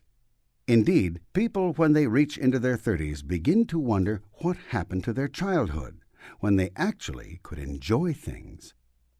One begins to wonder if pleasure of living isn't itself some sort of trap. And one begins to believe that it is not a good thing to become too interested in new people and new things, since these will only lead to heartbreak. There are men who have decided that, in view of the fact that loss brings so much pain, they had better not acquire at all. It is far superior, according to these, to live a life of only medium privation than to live a life of considerable luxury, since then, if they lost what they have, the pain would be much less. Life, however, is a game. It is very easy to see a game in terms of cricket or football. It is not so easy to see life as a game when one is forced to arrive before the sun rises and reaches home only after it sets, after a day of arduous and relatively unthanked toil. One is likely to dispute that such an activity could be a game at all. Nevertheless, it is obvious in various experiments which have been made in Scientology that life, no matter what its emotional tone or lack of it, is in essence a game, and that the elements of life itself are the elements of games. Any job is a game. A game consists of freedom, barriers, and purposes. There are many more complicated factors involved in games, but these are all listed in Scientology. Primary amongst these is the necessity in a game to have an opponent or an enemy. Also a necessity is to have problems. Another necessity is to have sufficient individuality to cope with the situation. To live life fully, then, one must have, in addition to something to do, a higher purpose. And this purpose, to be a purpose at all, must have counter-purposes or purposes which prevent it from occurring. One must have individualities which oppose the purpose or activities of one, and if one lacks these things, it is certain that he will invent them. This last is very important. If a person lacks problems, opponents, and counter-purposes to his own, he will invent them. Here we have, in essence, the totality of aberration. But more intimately to our purposes, we have the difficulties which arise from work. If we had a foreman who capably controlled everything in his area and did nothing else, and if that foreman was not entirely mentally balanced in all ways, which is to say, if he were human, we would find that foreman inventing personalities for the workers under him and reasons why they were opposing him and actual oppositions. We would find him selecting out one or more of his workmen to chastise with, according to the foreman, very good reasons, but in actuality without any further reason than that the foreman obsessively needs opponents. Now, very many involved classifications can be read into this by ancient mental analyses, but none of these need to be examined. The truth of the matter is that a man must have a game, and if he does not have one, he will make one. If that man is aberrated and not entirely competent, he will make an intensely aberrated game. Where an executive finds all running far too smoothly in his immediate vicinity, he is likely to cause some trouble just to have something to do, unless that executive is in very good mental condition indeed. Thus we have management pretending, often without any actual basis in fact, that labor is against it. Similarly, we occasionally have labor certain that management, which is in fact quite competent, is against labor. Here we have invented a game where no game can actually exist. When men become very short-sighted, they cannot look, actually, beyond their own environment. There is, in any office, plant, or activity, the game of the office, plant, or activity itself versus its competitors and versus its outer environment. If that office, plant, or activity, and all the personnel within it, are conducting themselves on a wholly rational and effective basis, they choose the outside world and other rival concerns for their game. If they are not up to par and are incapable of seeing the real game, they will make up a game. and the game will begin to be played inside the office and inside the plant. In playing games, one has individuals and teams. Teams play against teams, individuals play against individuals. When an individual is not permitted to be fully a part of the team, he is apt to choose other members of the team as his opponents. For remember, man must have a game.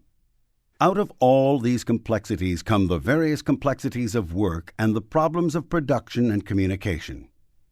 If everybody in a plant were able to control his own sphere of interest in that plant, and if everybody in the plant were doing his own job, there would actually be no lack of game. For there are other plants, other activities in the outside world, and these always furnish game enough for any rational organization. But supposing the people in an organization cannot control their own sphere, cannot control their own activities, and are obsessively attempting to create aberrated games all about them. Then we would have a condition whereby the plant, office, or concern would not be able to effectively fight its environment, and would produce poorly, if not collapse. Aberrated or not aberrated, competent or not competent, remember, life is a game, and the motto of any individual or team alive is, there must be a game. If individuals are in good mental and physical condition, they actually play the game, which is obvious and in plain sight. If they are not in good condition, and if they are themselves incapable of controlling their own immediate environment, they will begin to play games with their tools. Here, the machinist will find his machine suddenly incapable of producing. One would not go so far as to say that he will actually break the machine so that he can have a game with it, but he will be in a mild state of fury regarding that machinery continually. The bookkeeper, unable to control his immediate tools of trade and not well fitted into his concern, will begin to play a game with his own figures and will fail to get balances. His adding machine will break down, his papers will get lost, and other things will occur under his immediate nose which never should happen. And if he were in good shape and could play the actual game of keeping other people in the plant straight, so far as their accounts and figures are concerned, he would be efficient. Efficiency, then, could be defined as the ability to play the game to hand. Inefficiency could be defined as an inability to play the game to hand, with the necessity to invent games with things which one should actually be able to control with ease. This sounds almost too simple, but unfortunately for the professors that try to make things complicated, it is just that simple. Of course, there are a number of ways men can become aberrated. That is not the subject of this book. The subject of this book is work. Now, realizing that life must be a game, one should realize that there is a limit to the area one would control and still retain an interest in life. Interest is mainly kindled by the unpredictable. Control is important. Uncontrol is, if anything, even more important. To actually handle a machine perfectly, one must be willing to control it or not to control it. When control itself becomes obsessive, we begin to find things wrong with it. The individual who absolutely has to control everything in sight is upsetting to all of us, and this individual is why we have begun to find things wrong with control. It sounds very strange to say that uncontrol must also be under control, but this is, in essence, true. One must be willing to leave certain parts of the world uncontrolled. If he cannot, he rapidly drops downscale and gets into a situation where he is obsessively attempting to control things which he never will be able to control, and thus renders himself unhappy, begins to doubt his ability to control those things which he actually should be able to control, and so at length loses his ability to control anything. And this, in essence, is what we in Scientology call the dwindling spiral of control. There are mental factors, which we will not discuss here, which tend to accumulate the failures to control to a point where one is no longer confident of his ability to control. The truth of the matter is an individual actually desires to have some part of life uncontrolled. When this part of life hurts him sufficiently, he then resigns himself to the necessity of controlling it, and so makes himself relatively unhappy if he never will be able to do so. A game consists of freedom, barriers, and purposes. It also consists of control, and uncontrol. An opponent in a game must be an uncontrolled factor. Otherwise, one would know exactly where the game was going and how it would end. And it would not be a game at all. Where one football team would be totally capable of controlling the other football team, we have no football game. This is a matter of no contest. There would be no joy or sport in playing that game of football. Now, if a football player has been seriously injured playing football, a new unknowing factor enters into football for him. This injury lodges in what we call the reactive mind. It is a mind which is unseen and which works all the time. One normally works on what we call the analytical mind, and this we know all about. Anything that we have forgotten, or moments of unconsciousness and pain, become locked away in the reactive mind and are then capable of reacting upon the individual in such a way as to make him refrain from doing something which was once dangerous. While this is a rather technical subject, it is nevertheless necessary to understand that one's past has a tendency to accumulate and victimize one in the future. Thus, in the case of the football player, while he plays football, he is apt to be re-stimulated or react from the old injury received in football, and so feels less than a spirit of fun while playing football. He becomes anxious. He becomes very grim on the subject of football. And this is expressed by an effort to actively control the players on another team so that they will not injure him again. In a motorcycle race, a famous motorcycle rider was injured.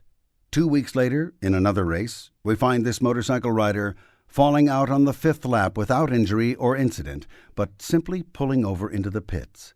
He did this immediately after a motorcycle swerved close to him. He recognized at once that he was unable to control that motorcycle.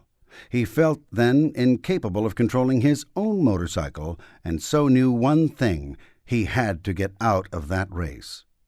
And just as this motorcycle rider abandoned the race, so all of us at one time or another have abandoned sections of life. Now, up to the time he had that accident, the motorcycle rider was perfectly unwilling to control any other motorcycle on the track save his own. He did not worry about these other motorcycles, since they had never injured him, and the motorcycle racing game was still a game to him. However, during the accident there was a moment when he sought to control another motorcycle than his own and another rider. He failed in that effort. Thus, in his reactive mind, there is an actual mental image picture of his failing to control a motorcycle. Thus, in future racing, he is less competent. He is afraid of his own machine. He has identified his own machine with somebody else's machine, but this is a failure of control. Now, in order to become a good motorcycle racer again, this man would have to resume his attitude of carelessness regarding the control of the other machines and riders on the track and reassume his own ability to control his own machine. If he were able to do this, he would become once more a daring, efficient, and winning motorcycle rider, demonstrating great competence.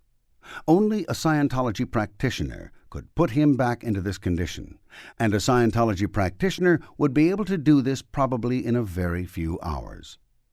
This, however, is not a textbook on how to eradicate former ills, but an explanation of why men become incompetent in the handling of their immediate tools of trade. These men have attempted to leave uncontrolled all the world around them up to the moment when the world around them hurt them. They then conceived the idea that they should control more than their own jobs. They failed to control more than their own jobs and were instantly convinced that they were incapable of controlling something. This is quite different than leaving things uncontrolled. To be capable of controlling things and to be capable of leaving things uncontrolled are both necessary to a good life and doing a good job. To become convinced that one cannot control something is an entirely different thing. The whole feeling of self-confidence and competence actually derives from one's ability to control or leave uncontrolled the various items and people in his surroundings. When one becomes obsessed with a necessity to control something rather beyond his sphere of control, he is disabused of his ability to control those things close to him. A person eventually gets into a state of mind where he cannot pay any attention at all to his own job, but can only reach out into the outer environment and seek effectively or otherwise to stop, start, or change things which have, in reality, very little to do with his own job.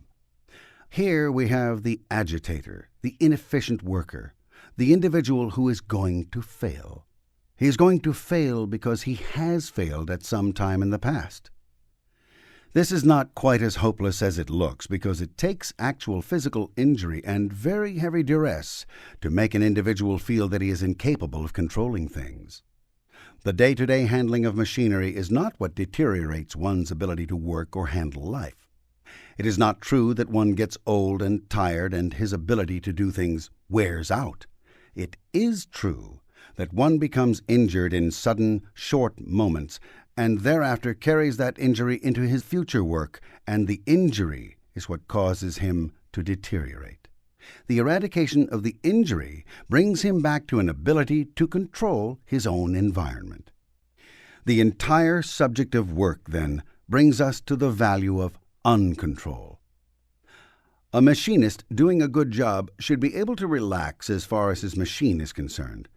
He should be able to let it run or not let it run, to start it or not to start it, to stop it or not to stop it. If he can do these things, all with confidence and a calm state of mind, he can then handle that machine, and it will be discovered that the machine will run well for him. Now let us say the machine bites him. He hurts his hand in it. Some other worker jostles against him at the wrong moment. Some tool given to him is defective and shatters. An actual physical pain enters into the situation. He tends to fall away from the machine. He tends, then, to concentrate much more heavily on the machine than he should. He is no longer willing to leave it uncontrolled. When he is working with that machine, he must control it. Now, as he has entered duress into this situation, and as he is already anxious about it, it is fairly certain that the machine will hurt him again. This gives him a second injury, and with this injury he feels an even stronger urge to control the machine. You see, during the moments of injury, the machine was out of control. Now, while out of control is a game condition, it is not desired or welcome to this particular machinist. Eventually, it is very certain he will look upon this machine as some sort of a demon. He will, you might say, run the machine all day, and at night, while asleep, run it too. He will spend his weekends and his holidays still running that machine. Eventually, he will not be able to stand the sight of that machine and will flinch at the idea of working it a moment longer. This picture becomes slightly complicated by the fact that it is not always the injury delivered to him by his own particular machine which causes him to feel anxious about machinery. A man who has been in an automobile accident may return to the working of a machine with considerable qualms about machines in general. He begins to identify his own machine with other machines, and all machines become the same machine, and that is the machine that hurt him. There are other conditions which enter into lighter phases of work.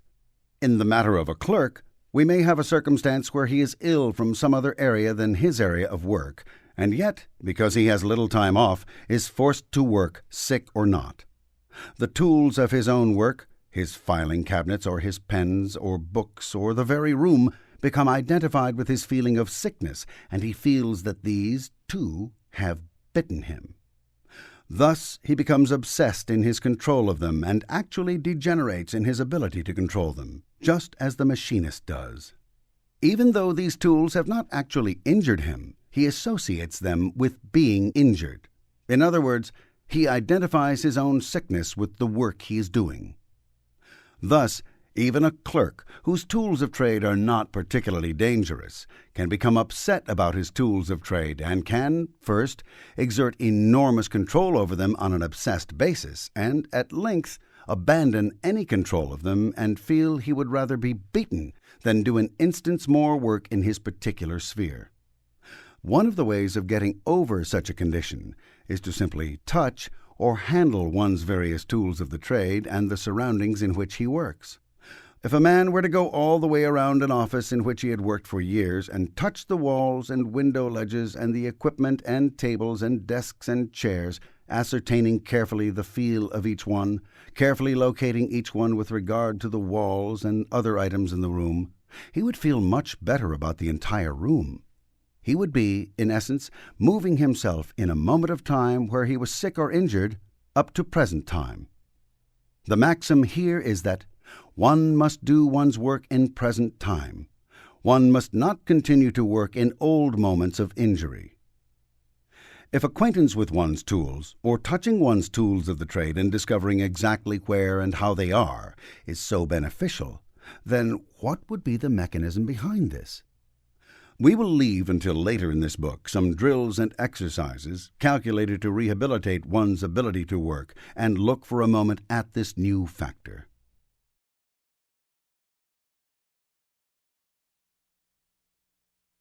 Chapter 6. Affinity, Reality, and Communication. There are 3 factors in Scientology which are of the utmost importance in handling life. These 3 factors answer the questions: how should I talk to people? How can I sell people things? How can I give new ideas to people? How can I find what people are thinking about? How can I handle my work better? We call this, in Scientology, the ARC triangle. It is called a triangle because it has 3 related points. The first of these points is affinity. The second of these points is reality. The third of these points, and the most important, is communication. These 3 factors are related. By affinity, we mean emotional response. We mean the feeling of affection or lack of it, of emotion or misemotion connected with life. By reality, we mean the solid objects, the real things of life.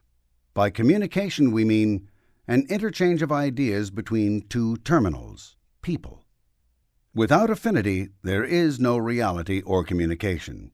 Without reality, there is no affinity or communication. Without communication, there is neither affinity nor reality. Now, these are sweeping statements, but are nevertheless very valuable and are true. Have you ever tried to talk to an angry man? An angry man's communication is at a level of misemotion which repels all terminals from him.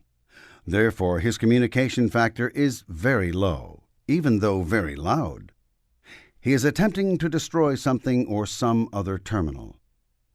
Therefore, his reality is very poor. Very likely what he is apparently being angry about is not what has made him mad. An angry man is not truthful. Thus it could be said that his reality, even on the subject he is attempting to voice, is poor. There must be good affinity, which is to say affection, between 2 people before they are very real to each other, and reality must here be used as a gradient, with things being more real than other things. There must be good affinity between 2 people before they can talk together with any truth or confidence. Before 2 people can be real to each other, there must be some communication between them.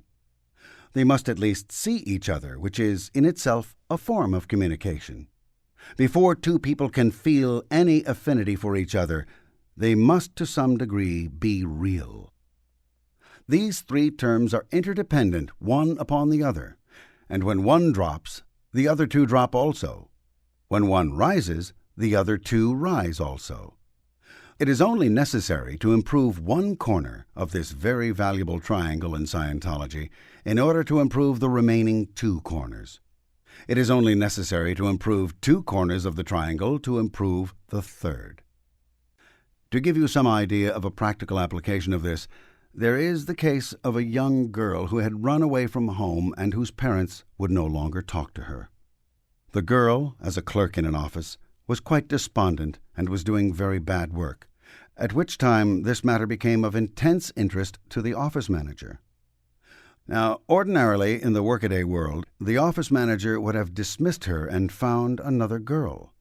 But employment was critical at the time, and this office manager knew the modern thing to do. He sent for a Scientologist. The Scientologist, whose attention had been directed to her by the office manager, gave her an interview and discovered that her parents were intensely angry with her and would no longer communicate with her at all. They had been so upset at her refusal, actually her inability, to follow a career as a concert pianist for which they had her studying at great expense, that they had washed their hands of her. And the unpleasantness had forced her to run away to a distant point. Since that time, they had not communicated with her, but had spoken to people she had known in her home neighborhood in very bitter terms concerning her. In such a state of mind, since she was intimately involved with her parents and wished to be on the best possible terms with them, she could not work. Her failure to perform her work was jamming communication lines in her own office.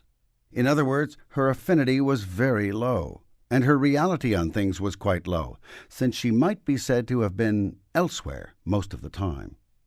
And thus the communication lines which passed through her hands were equally low, and successfully jammed other communication lines in the office. The Scientologist, knowing well this ARC triangle, did a very ordinary thing, to a Scientologist, which apparently worked magic as far as the girl was concerned. He told the girl that she must write to her parents, and regardless of whether they replied or not, she must write. And she did so. Naturally, there was no reply. Why was there no reply from the parents? Well, the girl, having disobeyed them and having moved out from underneath their control, was apparently no longer in contact with them. These parents did not consider her as real. She did not actually exist as far as they were concerned. They had actually said this to themselves. They had actually tried to wipe her out of their lives, since she was such a disappointment. Therefore, they had no emotion about her whatsoever, except perhaps a sort of apathy. They had been unable to control her, and so they were apathetic about her since they had failed to control her. At this stage, the parents were glumly apathetic about the girl, and she was not very real to them at all. As a matter of fact, to have started her on a career she could not complete, the girl could not have been very real to them in the first place, since the career was undoubtedly beyond the girl's capabilities. So the Scientologist had her write another letter. This letter was, as we say in Scientology, entirely good roads and good weather. The girl said that she was working in this other city, that the weather was good, that she was getting along well and hoped that they were both well, and sent them her love. The letter carefully did not take up any of the problems or activities immediately behind her leaving home. The A of the letter, the affinity, was quite high. The C was present. What the Scientologist was trying to do was establish R, reality, the reality of the situation of the girl's being in another city and the actual reality of her existence in the world. He knew that she was sufficiently involved with her parents that if they did not consider her real, she was not even real to herself. Of course, when the parents did not answer this letter, the Scientologist had the girl write again. And after 4 letters, all of which more or less said the same thing and entirely ignored the idea that there'd been no reply, there was a sudden letter from the mother to the girl, which was angry, not with the girl, but with one of her old playmates. The girl, coached, was held in line by the Scientologist. She was not permitted to explode back through the communication line, but was coaxed into writing a surprised, pleasant letter expressing her happiness at having heard from her mother. After this, 2 letters came, one from the father and one from the mother. Both of them were very affectionate and hoped the girl was doing well. The girl, of course, replied to these very joyously, but would have been completely propitiative if the Scientologist had permitted her to do so.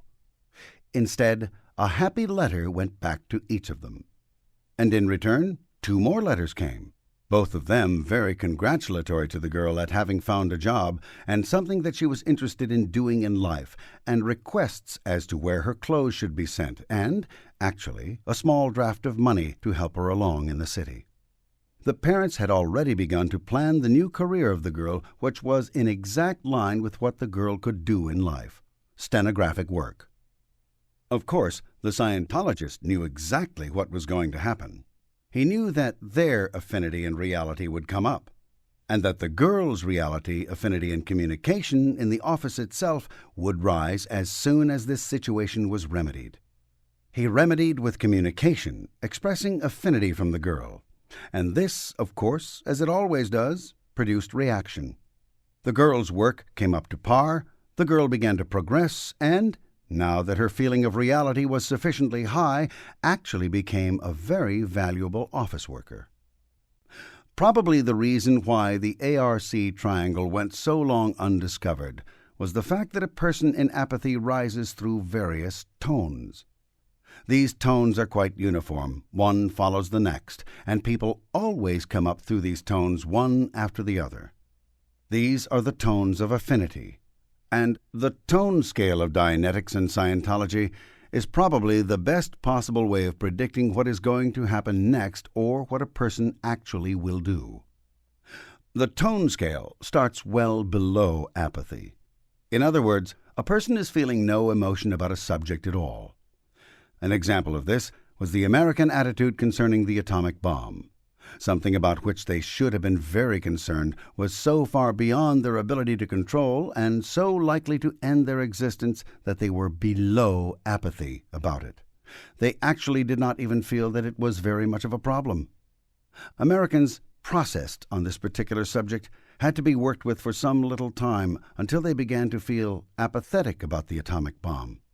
This was really an advance over the feeling of no emotion whatsoever on a subject which should have intimately concerned them. In other words, on many subjects and problems, people are actually well below apathy. There, the tone scale starts. Utter dead, null, far below death itself. Going up into improved tones, one encounters the levels of body death, apathy, grief, fear, anger, antagonism, boredom, enthusiasm, serenity, in that order. There are many small stops between these tones, but one knowing anything about human beings should definitely know these particular emotions. A person who is in apathy when his tone is improved feels grief. A person in grief when his tone improves feels fear. A person in fear when his tone improves feels anger. A person in anger when his tone improves feels antagonism. A person in antagonism when his tone improves feels boredom. When a person in boredom improves his tone, he is enthusiastic. When an enthusiastic person improves his tone, he feels serenity. Actually, the below apathy level is so low as to constitute a no affinity, no emotion, no problem, no consequence state of mind on things which are actually tremendously important. The area below apathy is an area without pain, interest, beingness, or anything else that matters to anyone. But it is an area of grave danger, since one is below the level of being able to respond to anything, and may accordingly lose everything without apparently noticing it. A workman who is in very bad condition, and who is actually a liability to the organization, may not be capable of experiencing pain or any emotion on any subject. He is below apathy. We have seen workmen who would hurt their hand and think nothing of it, and go right on working, even though their hand was very badly injured. People in dispensaries, working in industrial areas, are quite amazed sometimes to discover how little attention some workmen pay to their own injuries. It is an ugly fact that people who pay no attention to their own injuries, and who are not even feeling pain from those injuries, are not and never will be, without some attention from a Scientologist, efficient people. They are liabilities to have around. They do not respond properly. If such a person is working a crane and the crane suddenly goes out of control to dump its load on a group of men, that sub-apathy crane operator will simply let the crane drop its load. In other words, he is a potential murderer. He cannot stop anything, he cannot change anything, and he cannot start anything. And yet, on some automatic response basis, he manages some of the time to hold down a job. But the moment a real emergency confronts him, he is not likely to respond properly, and accidents result. Where there are accidents in industry, they stem from these people in the sub-apathy tone range. Where bad mistakes are made in offices which cost firms a great deal of money, lost time, and cause other personnel difficulties, such mistakes are found rather uniformly to stem from these sub-apathy people. So do not think that one of these states of being unable to feel anything, of being numb, of being incapable of pain or joy is any use to anyone. It is not. A person who is in this condition cannot control things and, in actuality, is not there sufficiently to be controlled by anyone else, and does strange and unpredictable things. Just as a person can be chronically in sub-apathy, so a person can be in apathy. This is dangerous enough, but is at least expressed. Only when we get up into apathy itself do we have the ARC triangle beginning to manifest itself and become visible. Communication from the person himself, not from some circuit or training pattern, is to be expected. People can be chronically in grief, chronically in fear, chronically in anger, or in antagonism or boredom, or, actually, can be stuck in enthusiasm. A person who is truly able is normally fairly serene about things. He can, however, express other emotions, and it is a mistake to believe that a total serenity is of any real value. When a situation which demands tears cannot be cried about, one is not in serenity as a chronic tone. Serenity can be mistaken rather easily for this sub-apathy, but of course only by a very untrained observer. One glance at the physical condition of the person is enough to differentiate. People who are in sub-apathy are, normally, quite ill. Just as we have a range of the tone scale, thus covering the subject of affinity, so do we have one for communication. On the level of each of the emotions, we have a communication factor. In sub-apathy, an individual is not really communicating at all. Some social response or training pattern, or, as we say, circuit, is communicating. The person himself does not seem to be there and isn't really talking. Therefore, his communications are sometimes strange, to say the least. He does the wrong things at the wrong time. He says the wrong things at the wrong time. Naturally, when a person is stuck on any of the bands of the tone scale, sub-apathy, apathy, grief, fear, anger, antagonism, boredom, enthusiasm, or serenity, he voices communications with that emotional tone. A person who is always angry about something is stuck in anger. Such a person is not as bad off as somebody in sub-apathy, but he is still rather dangerous to have around since he will make trouble. And a person who is angry does not control things well. The communication characteristics of people at these various levels on the tone scale are quite fascinating. They say things and handle communication, each in a distinct characteristic fashion for each level of the tone scale. Just as in affinity and communication, there is a level of reality for each of the affinity levels. Reality is an intensely interesting subject, since it has to do, in the main, with relative solids. In other words, the solidity of things and the emotional tone of people have a definite connection. People low on the tone scale cannot tolerate solids. They cannot tolerate a solid object. The thing is not real to them. It is thin or lacking in weight. As they come upscale, the same object becomes more and more solid, and they can finally see it in its true level of solidity. In other words, these people have a definite reaction to mass at various points on the scale. Things are bright to them or very, very dull. If you could look through the eyes of a person in sub-apathy, you would see a very watery, thin, dreamy, misty, unreal world indeed. If you looked through the eyes of an angry man, you would see a world which was menacingly solid, where all the solids posed a brutality toward him. But they still would not be sufficiently solid, or sufficiently real or visible for a person in good condition. A person in serenity can see solids as they are, as bright as they are, and can tolerate an enormous heaviness or solidity without reacting to it. In other words, as we go up the tone scale from the lowest to the highest, things can get more and more solid and more real. Affinity is most closely related to space. In fact, affinity could be defined as the consideration of distance, since terminals which are far apart or close together have different affinity reactions one to another. Reality, as we have seen, is most intimately connected with solids. Communication consists of the flow of ideas or particles across space between solids. While these definitions may seem very elementary and would not at all satisfy an MIT professor, they actually outreach and encompass an MIT professor's whole field of activity. Truths do not have to be complicated. There are, as described at considerable length and studied with considerable depth in Scientology, many interrelations of spaces, solids, and ideas or particles, since these are the most intimate things to livingness itself and comprise the universe around us. But the most basic thing we should know about ARC is simply emotional tone, which is affinity, the actuality of things, which is the reality, and the relative communication ability concerning them. Men who can do things are very high on affinity, very high in terms of reality, and are very capable in terms of communication. If you wish to measure their various capabilities, you should study the subject much further.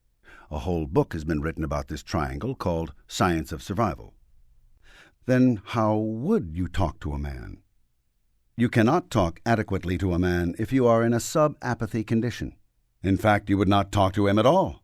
You would have to have a little higher affinity than that to discuss things with anyone.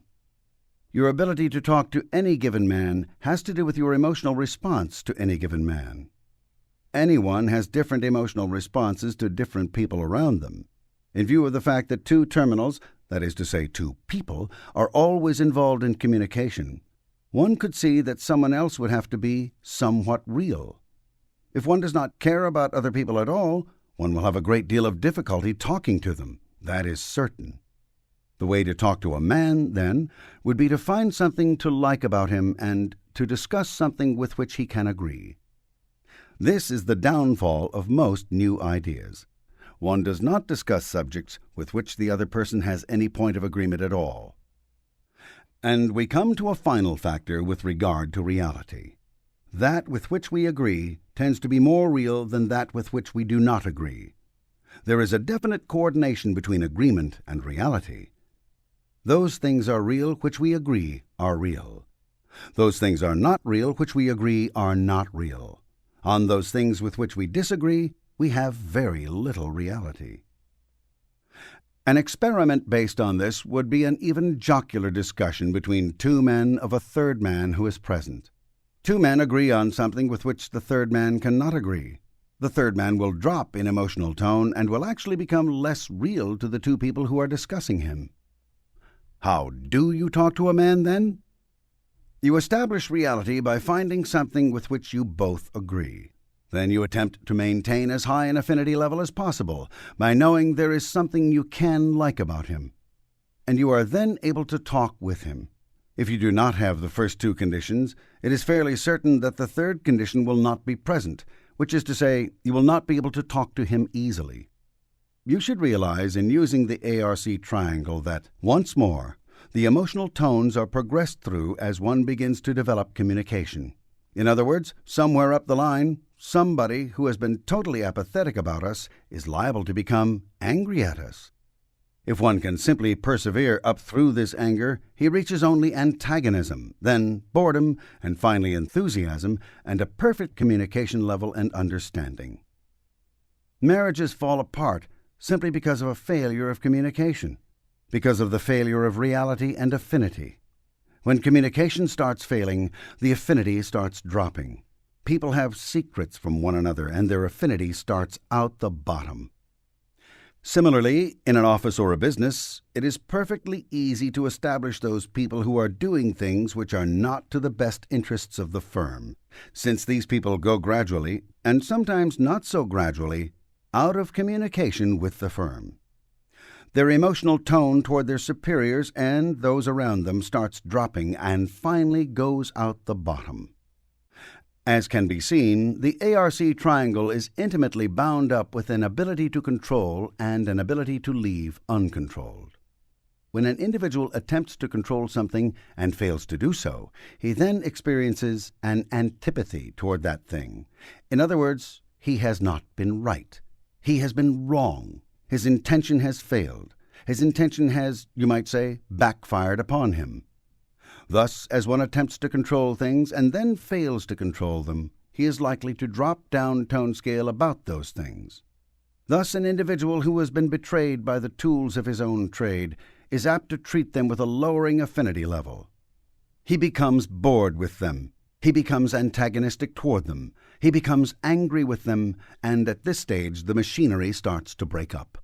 And finally, he becomes afraid of them, becomes sad about them, becomes apathetic about them, and no longer cares about them at all, and, at this stage, certainly cannot use them at all. Actually, from the level of boredom down, the ability to use one's tools of the trade is consistently lowered. Now, how could one, knowing this, raise his ability to control the tools of the trade without even going to a Scientologist? Naturally, if a Scientologist took over in this situation, the entirety of control of tools, or an area, or of life could be regained. But lacking this, how could one simply handle the exact articles with which he is right now and immediately associated? By using ARC, he could regain, in some measure, both his control of the tools and his enthusiasm for work. He would do this by communicating and discovering his willingness for these and the people around him to be real or solid. An individual could regain his ability over his immediate tools simply by touching them and letting them go. This might seem rather pointless, and he is apt to reach the level of boredom and become bored with the process. Just above this level is the pay of becoming enthusiastic. It sounds very strange that if one simply touched his automobile and let go, and touched it and let go, and touched it and let go, and touched it and let go, possibly for some hours, he would regain not only his enthusiasm for the automobile, but a tremendous ability to control the automobile which he had never suspected in himself at all. It sounds strange that if we made a bookkeeper pick up and lay down his pencil or pen for a couple of hours, he would regain his ability to handle it and would improve in his ability to make figures. And if we got him to touch and let go of his ledger for a considerable length of time, that he would be more capable of handling that ledger and would make far fewer mistakes with it. Similarly with people, since these often object to being touched, one can communicate. If one really communicates, and communicates well to these people, listens to what they have to say, and acknowledges what they say, and says what he has to say to them gently enough and often enough so that it is actually received by them, he will regain, to a very marked degree, his ability to associate and coordinate the actions of those people with whom he is immediately surrounded. Here we have ARC immediately adjusted to work. This sounds like magic. It is magic. It is Scientology. Chapter 7. Exhaustion. To work or not to work? That is the question. The answer to that question in most men's minds is exhaustion. One begins to feel, after he has been long on a job, has been considerably abused on that job, that to work any more would be quite beyond his endurance. He is tired. The thought of doing certain things makes him tired. He thinks of raising his energy or of being able to force his way along just a little bit further, and if he does so, he is thinking in the wrong channels, since the answer to exhaustion has little, if anything, to do with energy.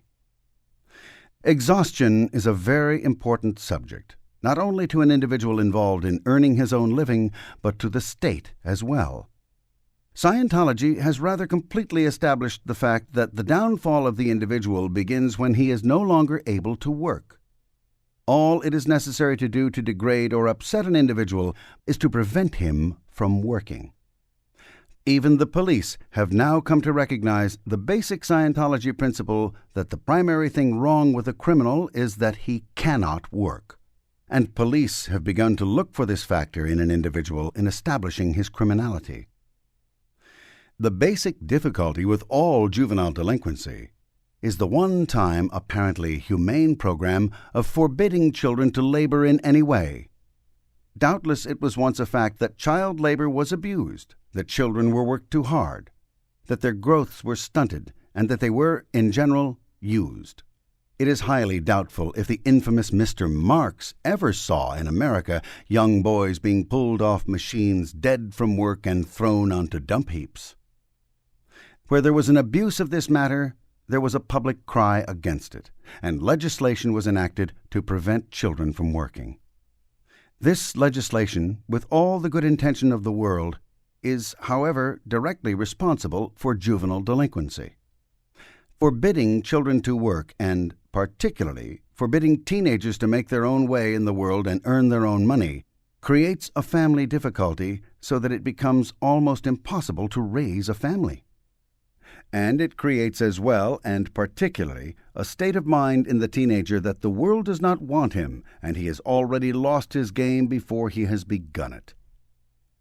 Then, with something like universal military training staring him in the face so that he dare not start a career, he is of course thrust into a deep sub-apathy on the subject of work.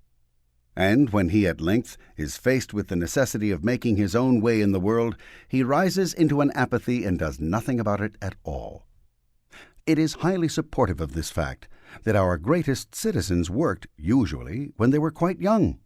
In the Anglo-American civilization, the highest level of endeavor was achieved by boys who, from the age of 12, on farms, had their own duties and had a definite place in the world. Children, in the main, are quite willing to work.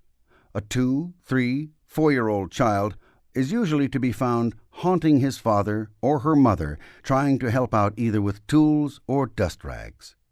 And the kind parent, who is really fond of the children, responds in the reasonable and long ago normal manner of being patient enough to let the child actually assist. A child so permitted then develops the idea that his presence and activity are desired, and he quite calmly sets about a career of accomplishment.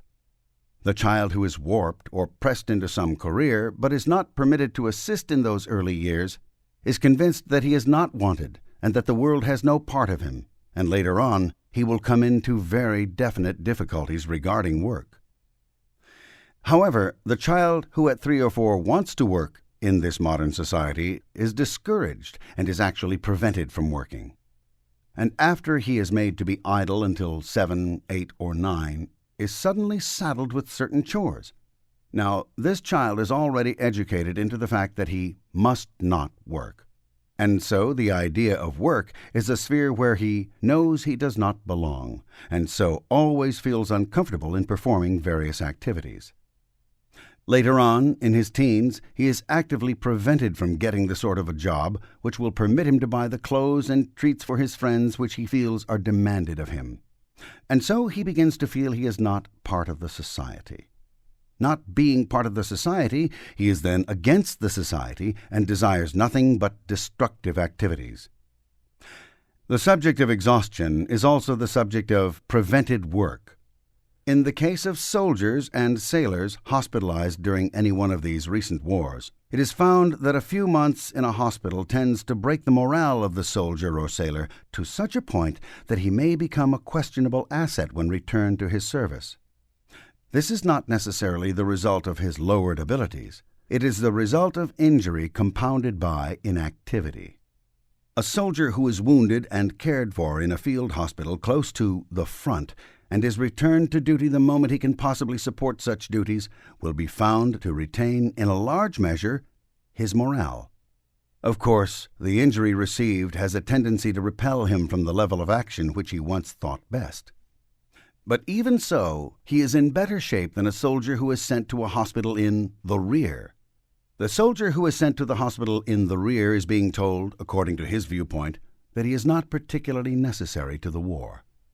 Without actually adding up these principles, the word exhaustion began a general use coupled with neurosis.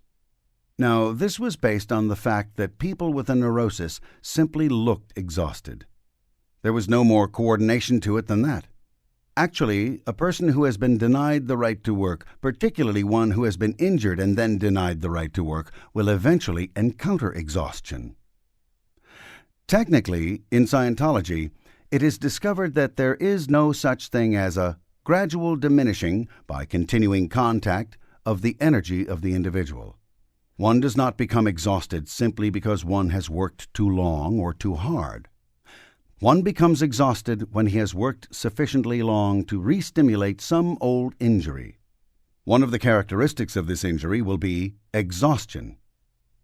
Chronic exhaustion, then, is not the product of long hours and arduous application. It is the product of the accumulation of the shocks and injuries incident to life, each of them perhaps only a few seconds or a few hours long, and adding up perhaps to a totality of only 50 or 75 hours.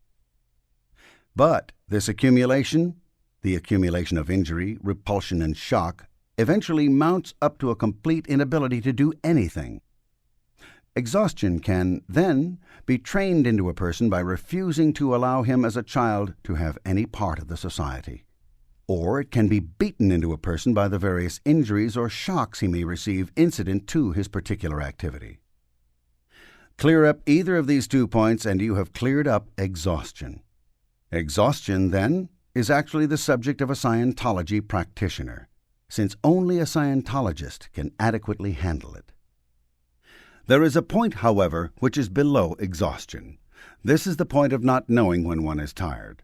An individual can become a sort of hectic puppet that goes on working and working and working without even realizing that he is working at all, and suddenly collapsing from a tiredness he was not experiencing. This is our sub-apathy tone scale again. And again, we have the subject of control. Here, the individual has failed to control things, has tried, and has then gone down tone scale about them into the sub-apathy band.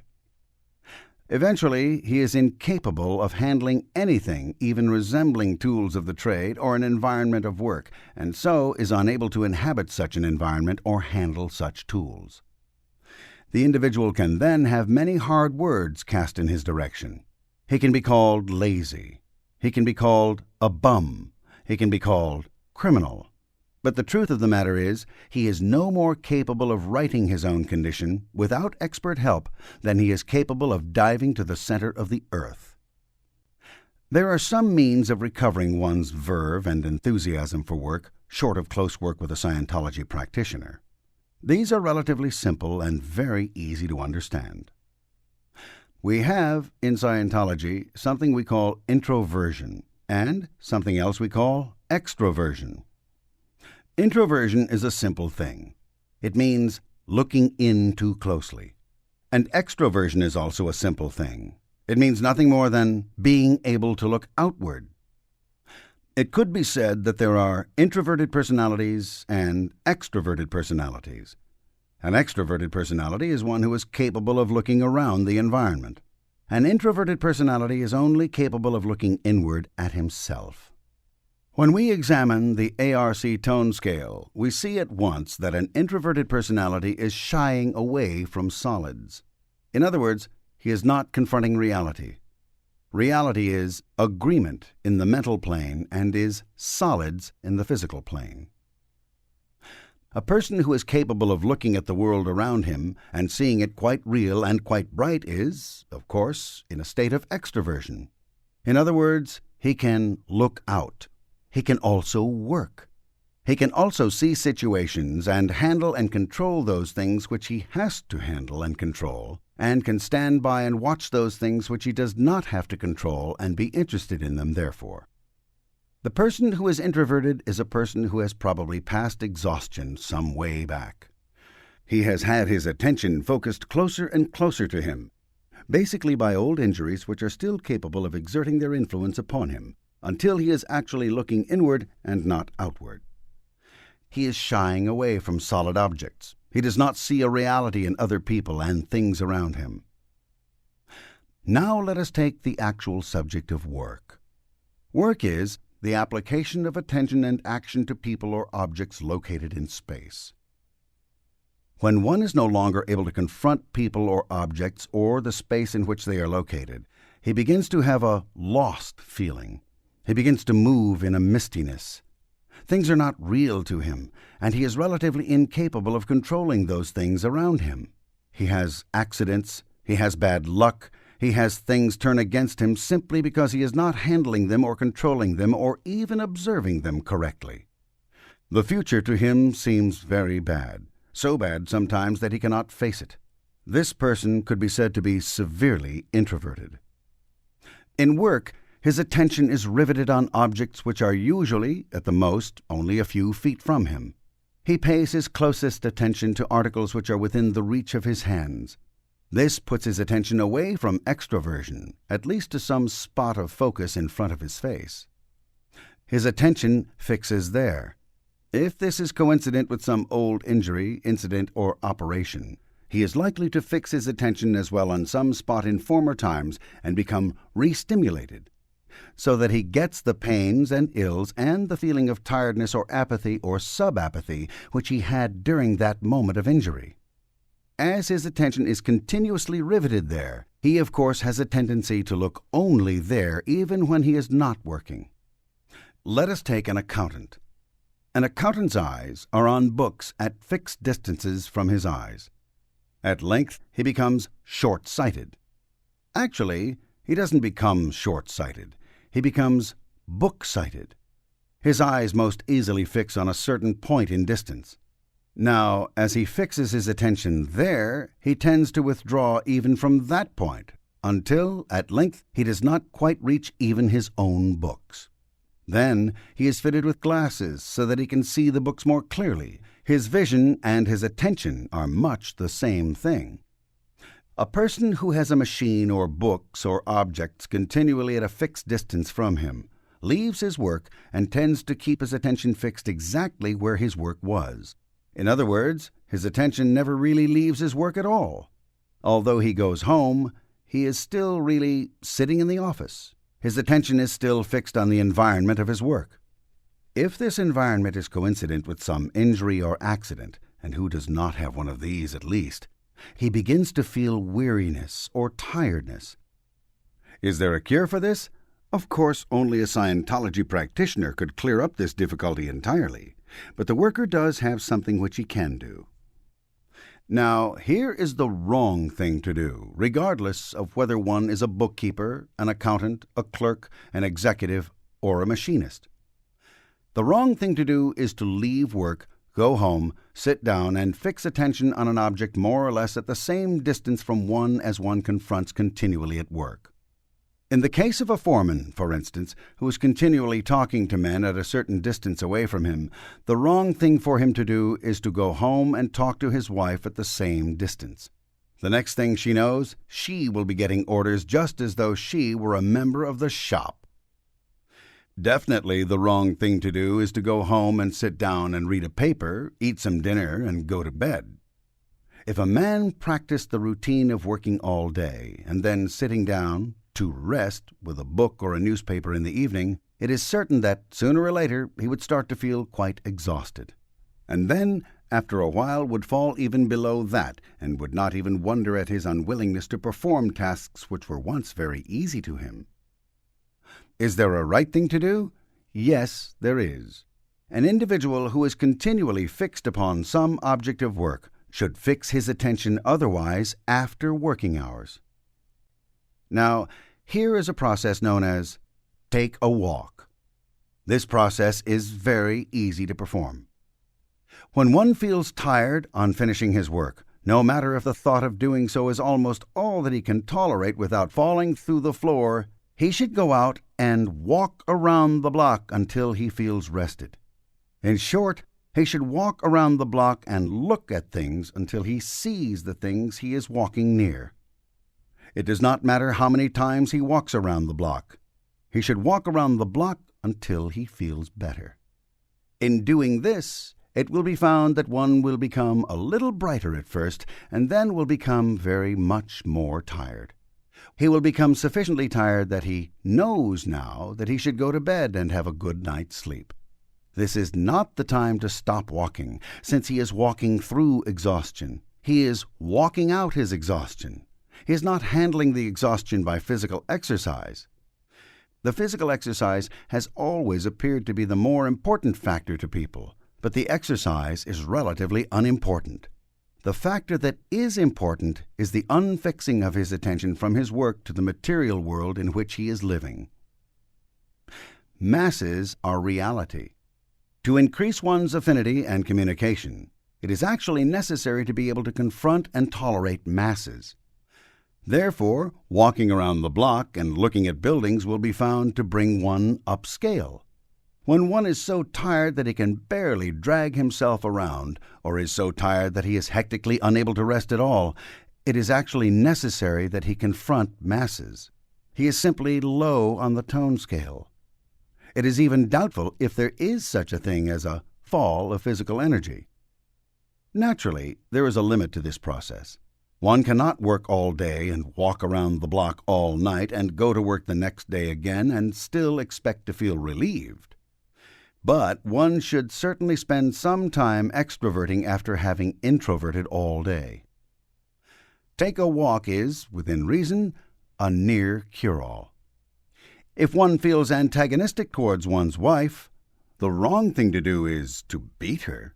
The right thing to do is to go out and take a walk around the block until one feels better, and make her walk around the block in the opposite direction until an extroversion from the situation is achieved, since it will be discovered that all domestic quarrels, particularly amongst working people, stem from the fact of having been overfixed, rather than overstrained, on their work and the situations connected with it.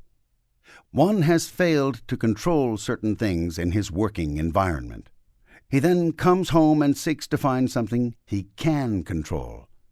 This is usually the marital partner or the children, and when one fails even there, he is apt to drop down scale with a vengeance. The extroversion of attention is as necessary as the work itself. There is nothing really wrong with introverting attention or with work. If one didn't have something to be interested in, he would go to pieces entirely. But if one works, it will be found that an unnatural tiredness is apt to set in. When this is found to be the case, then the answer is not a drop into unconsciousness for a few hours, as in sleep, but in actually extroverting the attention and then getting a really relaxing sleep. These principles of introversion and extroversion have many ramifications.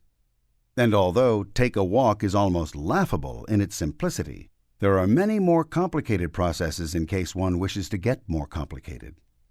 However, in the main, take a walk will take care of an enormous number of difficulties attendant to work. Remember that when doing it, one will get more tired at first and will then get fresher.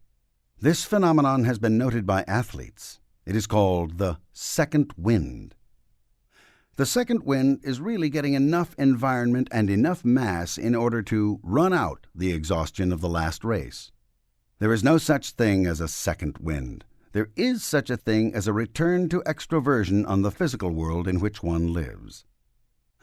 Similar to take a walk is another process known as look them over.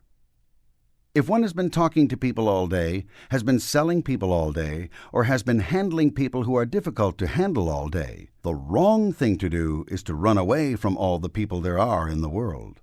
You see, the person who gets overstrained when handling people has had large difficulties with people. He has perhaps been operated upon by doctors, and the half-seen vision of them standing around the operating table identifies all people with doctors, that is to say, all people who stand still. This, by the way, is one of the reasons why doctors become so thoroughly hated in a society, since they do insist on practices known as surgery and anesthesia, and such incidents become interlocked with everyday incidents. Exhaustion because of contact with people actually indicates that the havingness, another Scientology term for reality, of people has been reduced. One's attention has been fixated upon certain people, while his attention, he felt, ought to be on other people. And this straining of attention has actually cut down the number of people that he was observing. Fixed attention, then, upon a few people can actually limit the number of people one can have, which is to say, limit one's reality on people in general. The cure for this is a very simple one. One should go to a place that is very well populated, such as a railroad station or a main street, and should simply walk along the street noting people. Simply look at people, that is all. It will be found, after a while, that one feels people aren't so bad, and one has a much kinder attitude toward them. But more importantly, the job condition of becoming overstrained with people tends to go away if one makes a practice of doing this every late afternoon for a few weeks.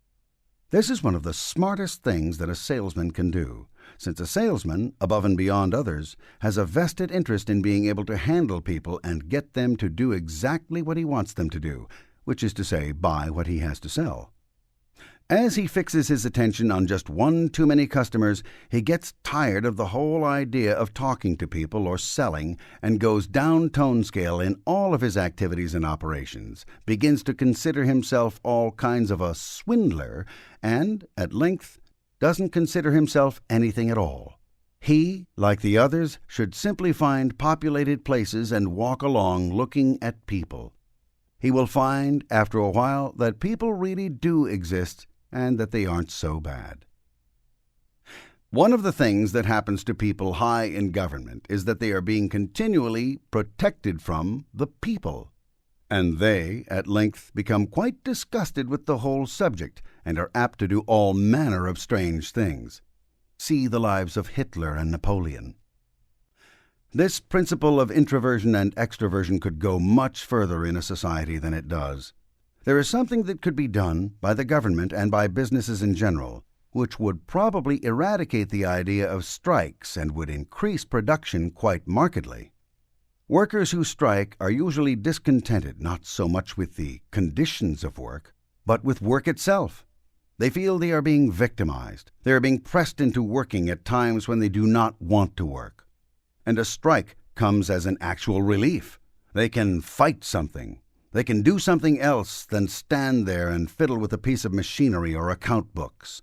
Dissatisfied workers are striking workers. If people become exhausted at work, if people are not content with work, if people are upset with work, they can be counted upon to find a sufficient number of grievances to strike. And if management is given enough trouble and lack of cooperation on the part of the people on the lower chains of command, it can be certain that management, sooner or later, will create situations which cause workers to strike. In other words, bad conditions of work are actually not the reason for labor troubles and disputes. Weariness of work itself, or an inability to control the area and environments of work, are the actual cause of labor difficulties.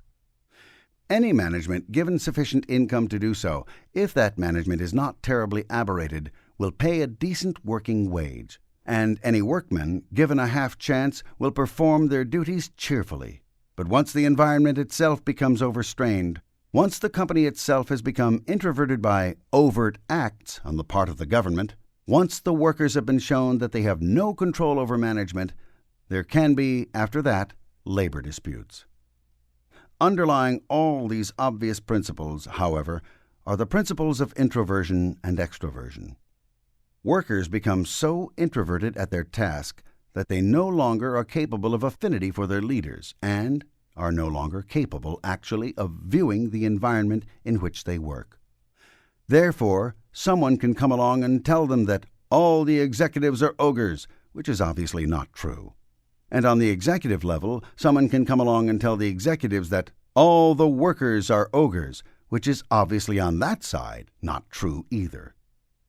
In the absence of broad treatment on individuals, which is a gargantuan task, a full program could be worked out that would handle the principle of introversion. It is certain that if workers or managers get introverted enough, they will then find ways and means of inventing aberrated games, such as strikes, and so disrupt production and decent relationships and living conditions within the factory, the office, or the concern. The cure would be to extrovert workers on a very broad scale. This could be done, as one solution, by making it possible for all workers to have 2 jobs. It would be necessary for the company or related interests, such as the government, to actually make available a sufficient number of public works projects to provide work for workers outside the sphere of exact application. In other words, a man who was made to work continually inside and at a very fixed task would find a considerable relief at being able to go outside and work, particularly at some disrelated task. As an example, It would be a considerable relief to an accountant to be able to dig ditches for a while. A machinist running a stationary machine would actually find it a very joyful experience to push around a bulldozer. Such a plan then would actually take introversion and extroversion with a large hand and bring it about. Workers who are working in fixed positions, with their attention very close to them, would then be permitted to look more widely and to handle things which tended to extrovert them. Such a program would be very ambitious, but it would be found, it is certain, to result in better labor management relations, better production, and a considerable lessening of working and public tension on the subjects of jobs and pay. In short, there are many things that could be done with the basic principle of introversion-extroversion. The principle is very simple. When an individual is made too introverted, things become less real in his surroundings, and he has less affinity for them and cannot communicate with them well.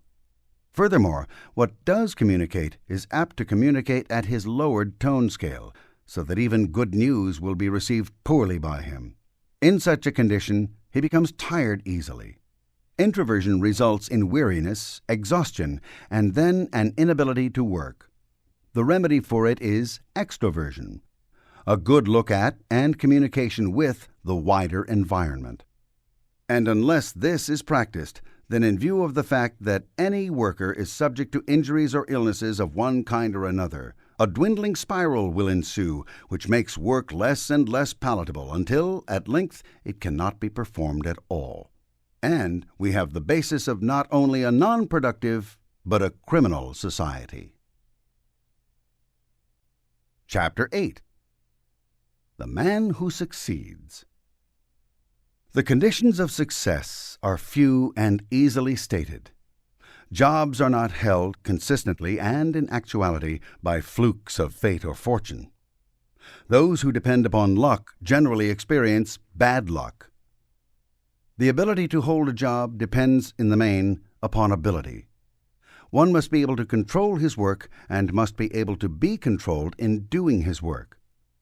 One must be able, as well, to leave certain areas uncontrolled.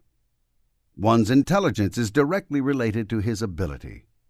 There is no such thing as being too smart, but there is such a thing as being too stupid.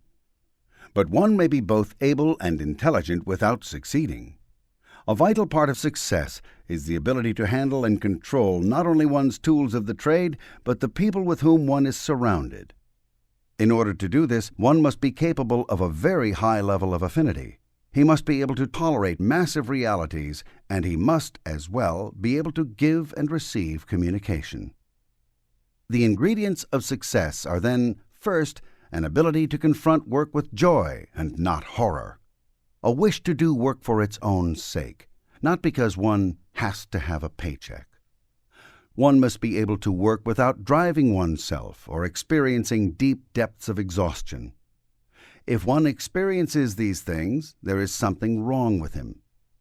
There is some element in his environment that he should be controlling that he isn't controlling. Or his accumulated injuries are such as to make him shy away from all people and masses with whom he should be in intimate contact.